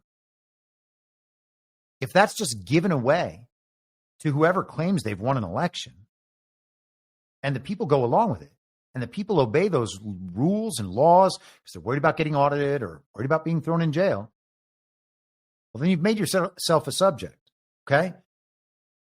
Not only did the founders say it, but it's explicit in the Constitution what the government's allowed to do. If the government does more things than it is allowed to do, then it's violating the Constitution. It can't do those things. We must nullify them immediately through our noncompliance. Okay, let us continue. Rumble Rant, Team Smooth, Puck. What fools these mortals be? Me? Cue up the music. Oh! And I'm Polino Luna.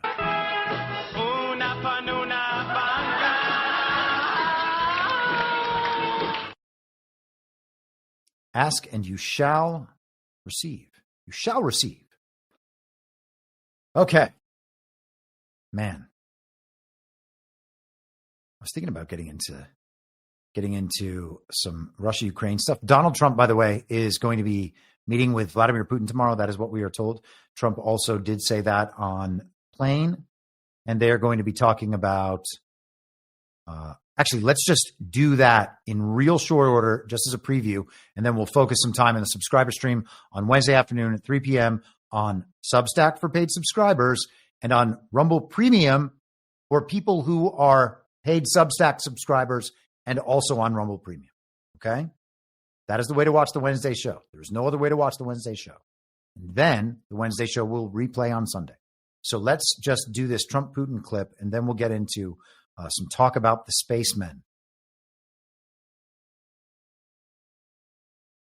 We learned a lot. We're doing pretty well, I think, with Russia. And we'll see if we have something to announce maybe by Tuesday. I'll be speaking to President Putin on Tuesday. And a lot of work's been done over the weekend. We want to see if we can bring that war to an end. Maybe we can, maybe we can't, but I think we have a very good chance. What sort of concessions will you be seeking to have Putin make to get a deal done? Well, I think we'll, be talking about land. It's a lot of land. It's a lot different than it was before the war, as you know. And we'll be talking about land. We'll be talking about power plants. Because that's up, that's a big question. But I think we have a lot of it already discussed very much by both sides. You'll ask him. Ukraine and Russia. You'll ask him. We're already talking about that, dividing up certain assets. Yeah, and they've been working. So we're going to talk about land. We're going to talk about power plants. That would be the Zaporozhye nuclear power plant. And he said it's already pretty much been decided. It was also decided a really long time ago. And it's been that way for a really long time. Zaporozhye has been under Russian control the entire time. The Donbass and Crimea are only Russia now and have been for years. It's already determined. It's already been determined the whole time. Everything we're seeing in these negotiations is a show to explain to us what is happening and to create sentiment among the people that what is happening, the way things will be legitimate. And we don't want to go to war with Russia to protect Ukraine.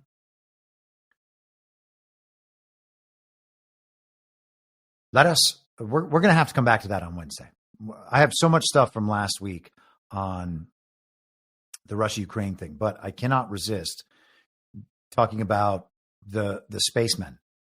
We have Gilligan's Island in Space, a television show that has been playing out over the course of like 9 months or something.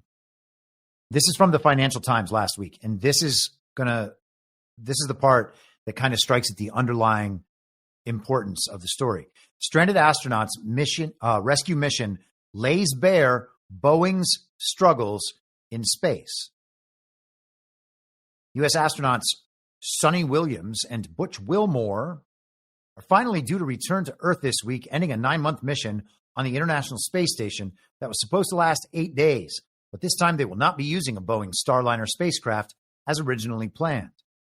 Instead, as Williams said last week in a rare briefing from space, we will be riding the Dragon, a capsule made by Elon Musk's SpaceX.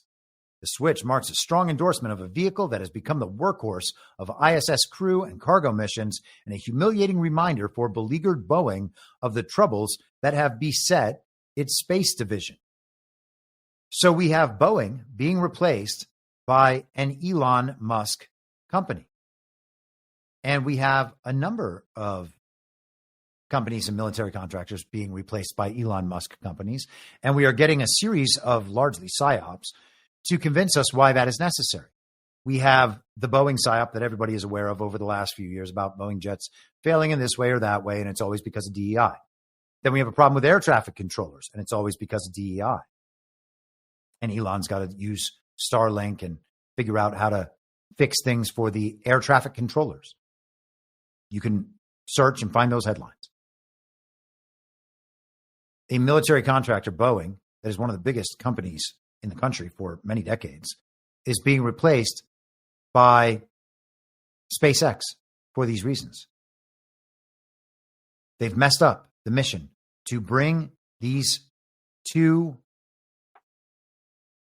people, these two spacemen, back. So we have to keep in mind that we are getting these stories to manufacture our consent for these things to be controlled by Elon Musk. Is that a good thing or a bad thing? Well, it seems like Elon Musk and Donald Trump are aligned. He was back there at the White House last week. Little X just running around. I guess little X, just Elon's son, hangs out with Trump now. Are the interests aligned? Maybe. Hopefully. Definitely hopefully. Are there good ways to interpret the manufacturing of our consent through these info ops? It's a tough case to make. We should be given the truth. If we were having a government of by and for the people, which I'm not entirely convinced is even possible, at least not with a federal government that resembles the one we have now for the size of country that we have now. And, that'll be a discussion for the future for certain. We should be told the truth. In an ideal situation, we would be told the truth. We are not being told the truth. We are being shown a series of stories to manufacture our consent for what is to come next.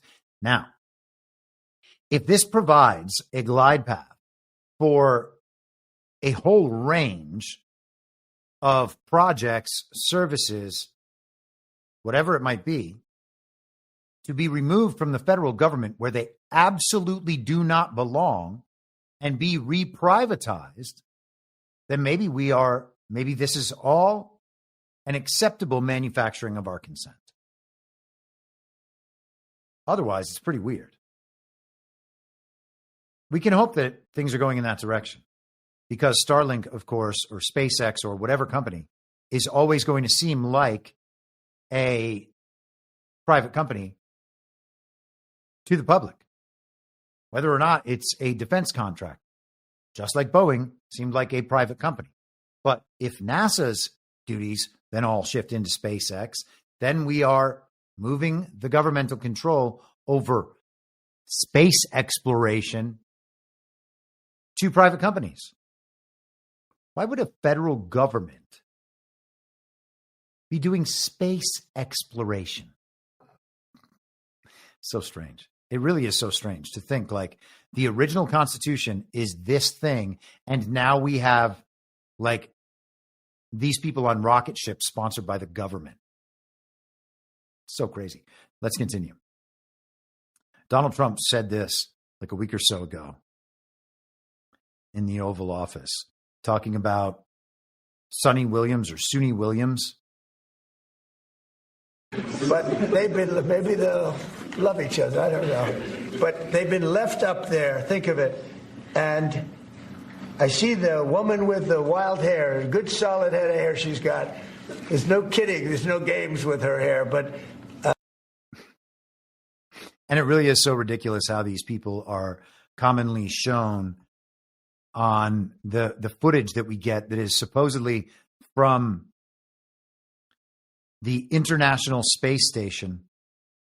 And here's what Trump is talking about, in case you're not familiar with how this woman is generally photographed. Of course, we always have to be shown that these people are in zero gravity. That's how you know, no matter what, that all of this is real and they're in space. See that? The hair, they're just floating around here. They're not hanging upside down. They're not hanging upside down, even though his face is getting red and his vein is bulging out and his cheeks seem to be going in the direction that gravity would not suggest.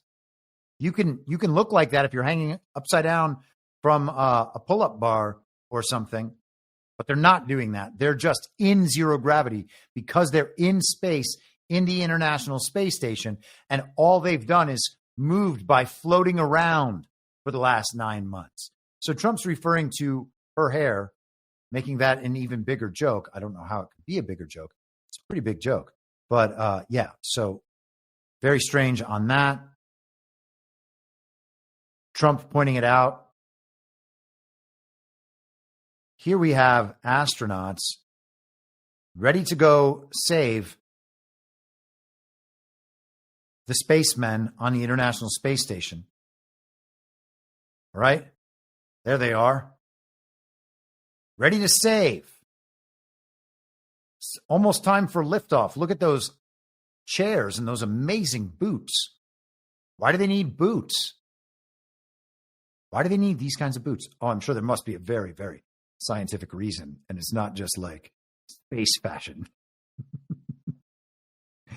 Okay, let's see some of this process. Here we have liftoff. At any moment, let's launch. Ignition and liftoff. Go SpaceX, go NASA Crew 10. Copy 1 Alpha. And liftoff of Crew 10 now soaring to the International Space Station. 1.7 million pounds of thrust now propelling Falcon 9 and Crew 10. We're continuing to get good call-outs on the first stage performance so far.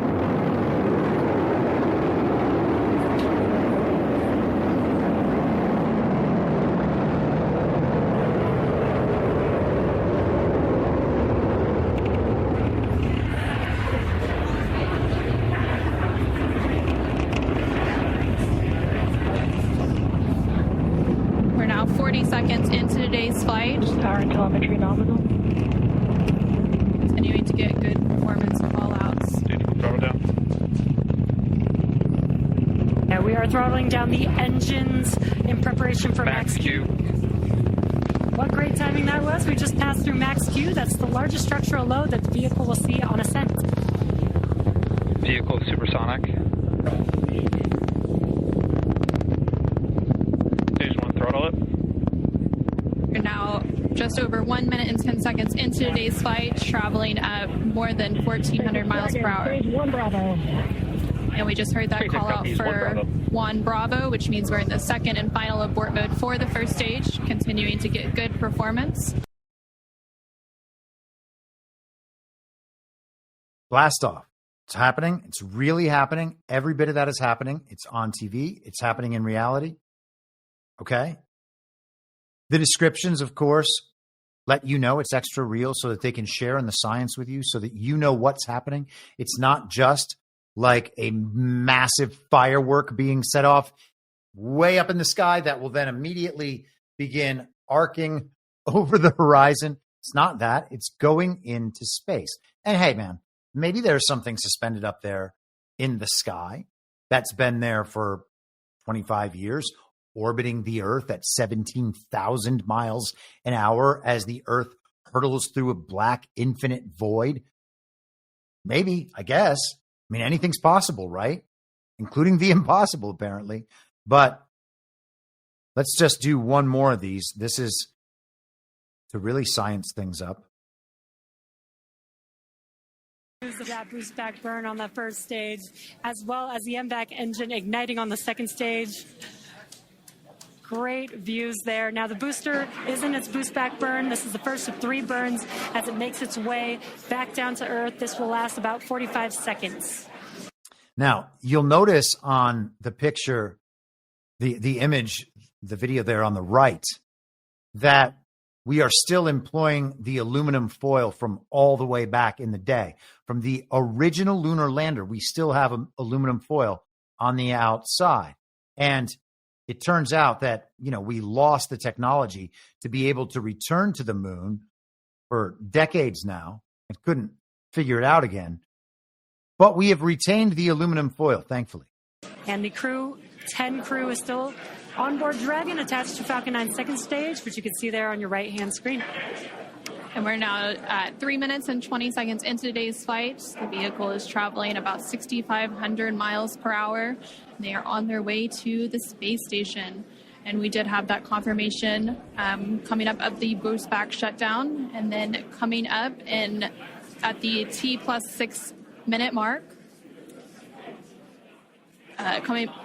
And there we have our first images of the crew inside the Dragon spacecraft. Look at them. They're so cute. Okay, so the spaceship launched on Friday. It's not coming back till Wednesday. So what are they doing up there for 5 days? Well, the first part of it is docking with the space station. And there's a process for docking with the space station. And it was outlined in 2015 by Business Insider. Docking with the International Space Station is so insanely complicated, it's a wonder we ever get it right. March 30th, 2015. Imagine being chased by a 925,000-pound machine traveling 17,500 miles per hour. That's what happens when the astronauts dock with the International Space Station. Surprisingly, though, the process can take a lot longer than you'd think. And by the way, if it's blasting off with all its rocket speed at 1,400 miles per hour, as we just heard that news person say, that means when it gets up there and it starts to enter orbit, it goes like 12x the speed. That's got to be jarring. It's a lot to adjust to. These spacemen really have to go through it. 17,000 miles an hour they have to travel up there through a black infinite void because of gravity with the spinning Earth that's hurtling through that black infinite void, also spinning around the non-local sun that is 93 million miles away that they haven't actually measured, but they've estimated, and they have their mathematical processes. And that's as close to science as we're ever going to get from scientists. Although a rocket can transport astronauts into space in less than 10 minutes, it takes hours and even days to rendezvous with the International Space Station. Case in point, on Friday, March 27th, astronaut Scott Kelly and cosmonauts Gennady Podolka and Mikhail Kornienko launched at 3:42 p.m., but were crammed inside of their Soyuz spacecraft for another 6 hours. They didn't dock until 9:36. Okay? So Scott Kelly is Senator Mark Kelly's brother. He's a spaceman. I think Mark Kelly's wife was Gabby Giffords. They're not part of InfoOps or anything. Despite being relatively close, the ISS is traveling at more than 17,000 miles per hour in a circular orbit around Earth. Anything moving that fast, whether in space or on the ground, is going to be hard to catch. As it turns out, the way you catch the ISS is counterintuitive. You actually let it catch you. And so here are the steps they took. We have convenient little gifts. Okay? So first, we have a blast off, and then the spaceship gets into orbit, and it looks like it's chasing the International Space Station, but at a lower orbit. Next, they need to get farther away from Earth and closer to the ISS. They can't just point their spacecraft away from Earth and gun the engines, though, because that would quickly take them out of range of the ISS and into deep space. And it's not because the thrusters wouldn't work in a black infinite void. I don't know, science. So they boost it up and they get a little bit further out. And then they do it again and they get a little bit further out. And then finally, they end up on the same trajectory, and the space station will eventually catch up to them. So the spaceship, it just turns itself around, and then the two of them meet. They fire the engines one last time to slow down. In order, see that burn right there? In order for the space station to catch up. And then they dock. And it looks like this. Oh, you see that? Oh, man. So satisfying when they dock.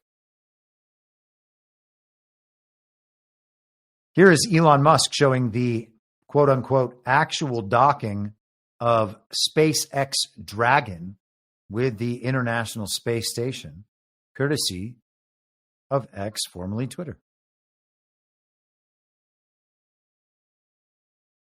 Oh, it's so beautiful. Look at that. Just flying up over the massive Earth with this,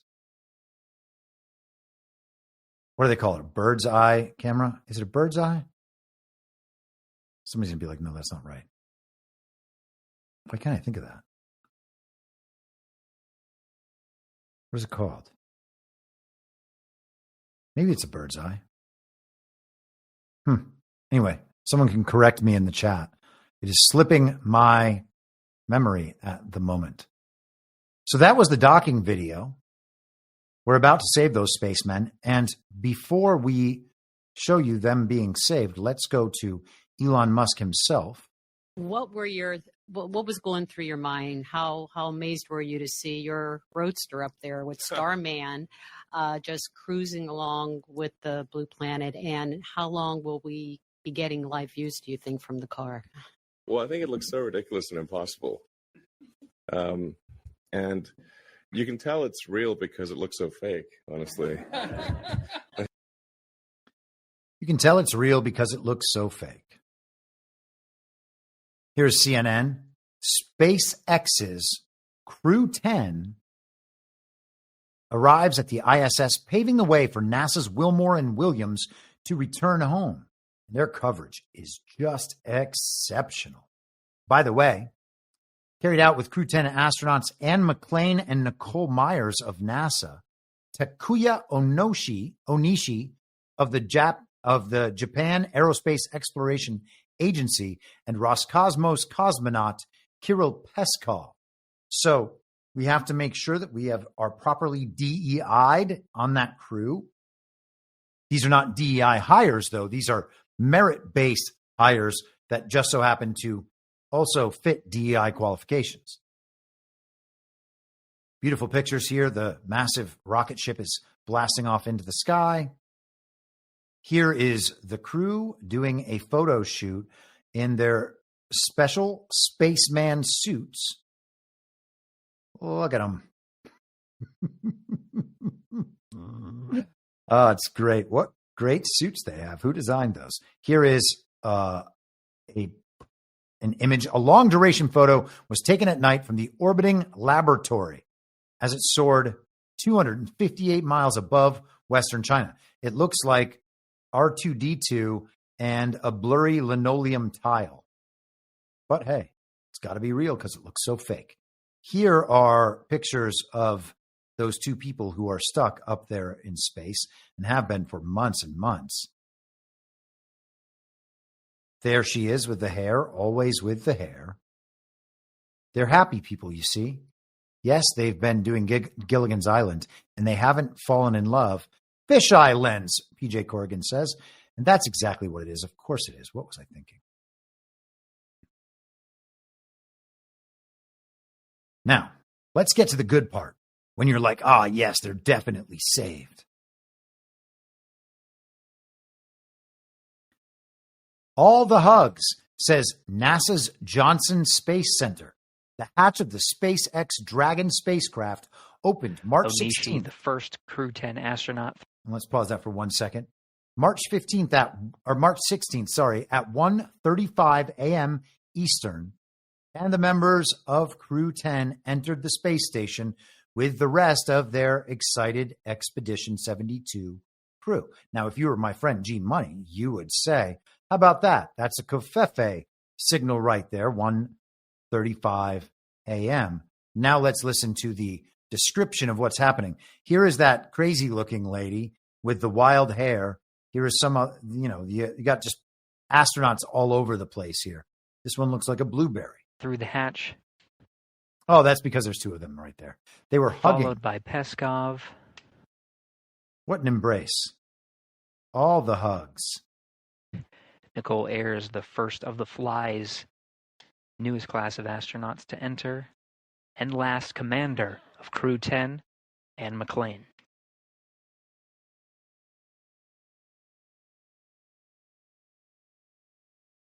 That's really something. Okay, so as soon as they get up into the airlock, once they have docked, that is presumably when they change out of their totally irrelevant spacesuits and into their business casual gear. Now they're ready to hang out on this space station for a few days. So all the hugs, all the hugs. So says NASA's Space Center. Now, it wasn't only those astronauts who came onto the ship. There was also an alien. Oh, no.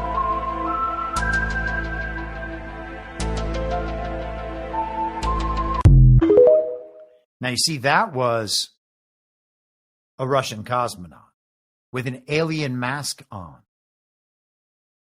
I guess that gets us more hits on the video. It gets more people to watch it, gets more people to accept the central narrative about all of this. Let's watch them move around, just so you know that all of that is 100% real and could never be faked in any way. This was one of the last journeys to space that was had. Apologies for some reason, this link. Here we are.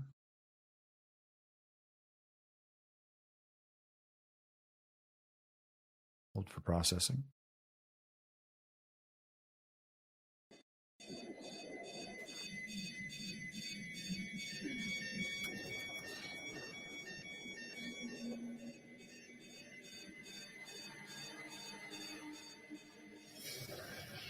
Oh, no. A fire. I bet she wishes she had one of those spacesuits right now. She's doing all of this because there's no gravity on the space station, and they're filming this on the space station. So that is the movie Gravity, and they definitely do not shoot the International Space Station stuff on the set from Gravity. That's the real International Space Station and not the one in the pool in Florida. That's the real one. And they filmed the movie Gravity on that space station. I'm just kidding. Of course, they modeled the set for the movie Gravity to look exactly like the very real space station that, of course, these astronauts have entered. They sent a whole bunch of astronauts. Now there's like 12 of them up there. 12 of these spacemen up there on the space station, and we are hopeful that they will be able to return on Wednesday. At least 4 of them will be able to return. They're going to go back in, I guess, the Dragon, and they're just going to hang out there for 4 days, kicking it with Butch and Sonny. Let's have a look here at, where did my crazy astronauts go? Oh, gosh. These crazy astronauts are a must. I cannot pass up on these guys. It must be shown. So, apologies. Holding temporarily for processing. Goodness gracious. Have I lost them completely? No, there they are. Wonderful.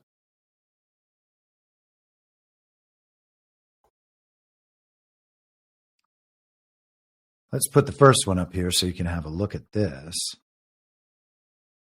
Check out these astronauts. This is a still from the hugs. And I just want to zoom in because I think this is so funny. I mean, hey, man, some people are like, this is all definitely real. Of course, this is real. They would never do something this elaborate, forgetting about everything that's happened in the last few years. But check the Japanese guy out. First of all, it's impossible to look more two-dimensional than that. His face is hysterical. But also, what in the world is this back here? This looks like a hook that is potentially attached to a wire system, the kind you might find in a film studio.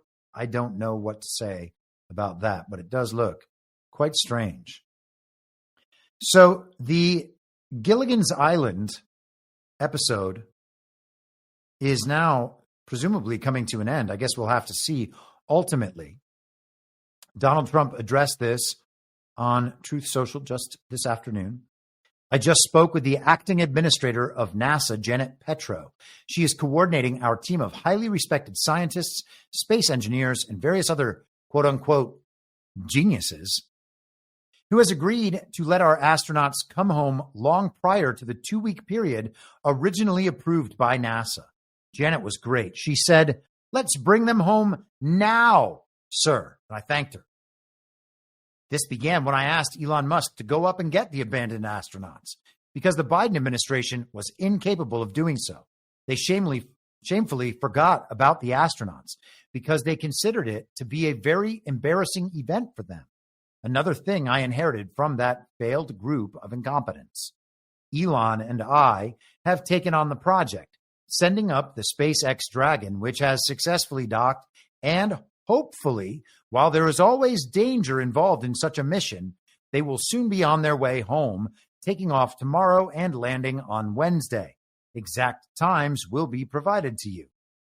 Safety always comes first, and maximum standards are being adhered to.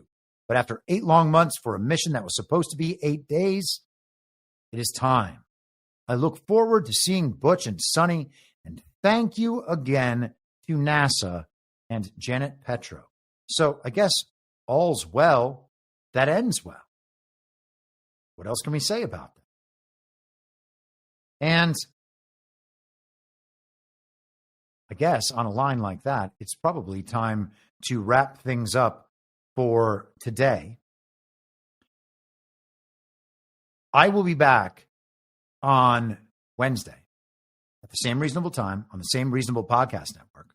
I don't have a network. Masks and lockdowns don't work. They lied to you about a pandemic. And Joe Biden was never president. Well, what? You know who I am, don't you? Well, you ain't Fiona Apple, and if you ain't Fiona Apple, I don't give a rat's ass. What's wrong with being an angry prophet denouncing the hypocrisies of our times? What do you think, Max? Do you want to be an angry prophet denouncing the hypocrisies of our times? Yeah, I think I'd like to be an angry prophet denouncing the hypocrisies of our times. It's not true. It's more true than I would perhaps prefer. Can we stop this cruel game and allow the boy to keep one shred of dignity? For God's sakes! I can't stand to see him in all this pain!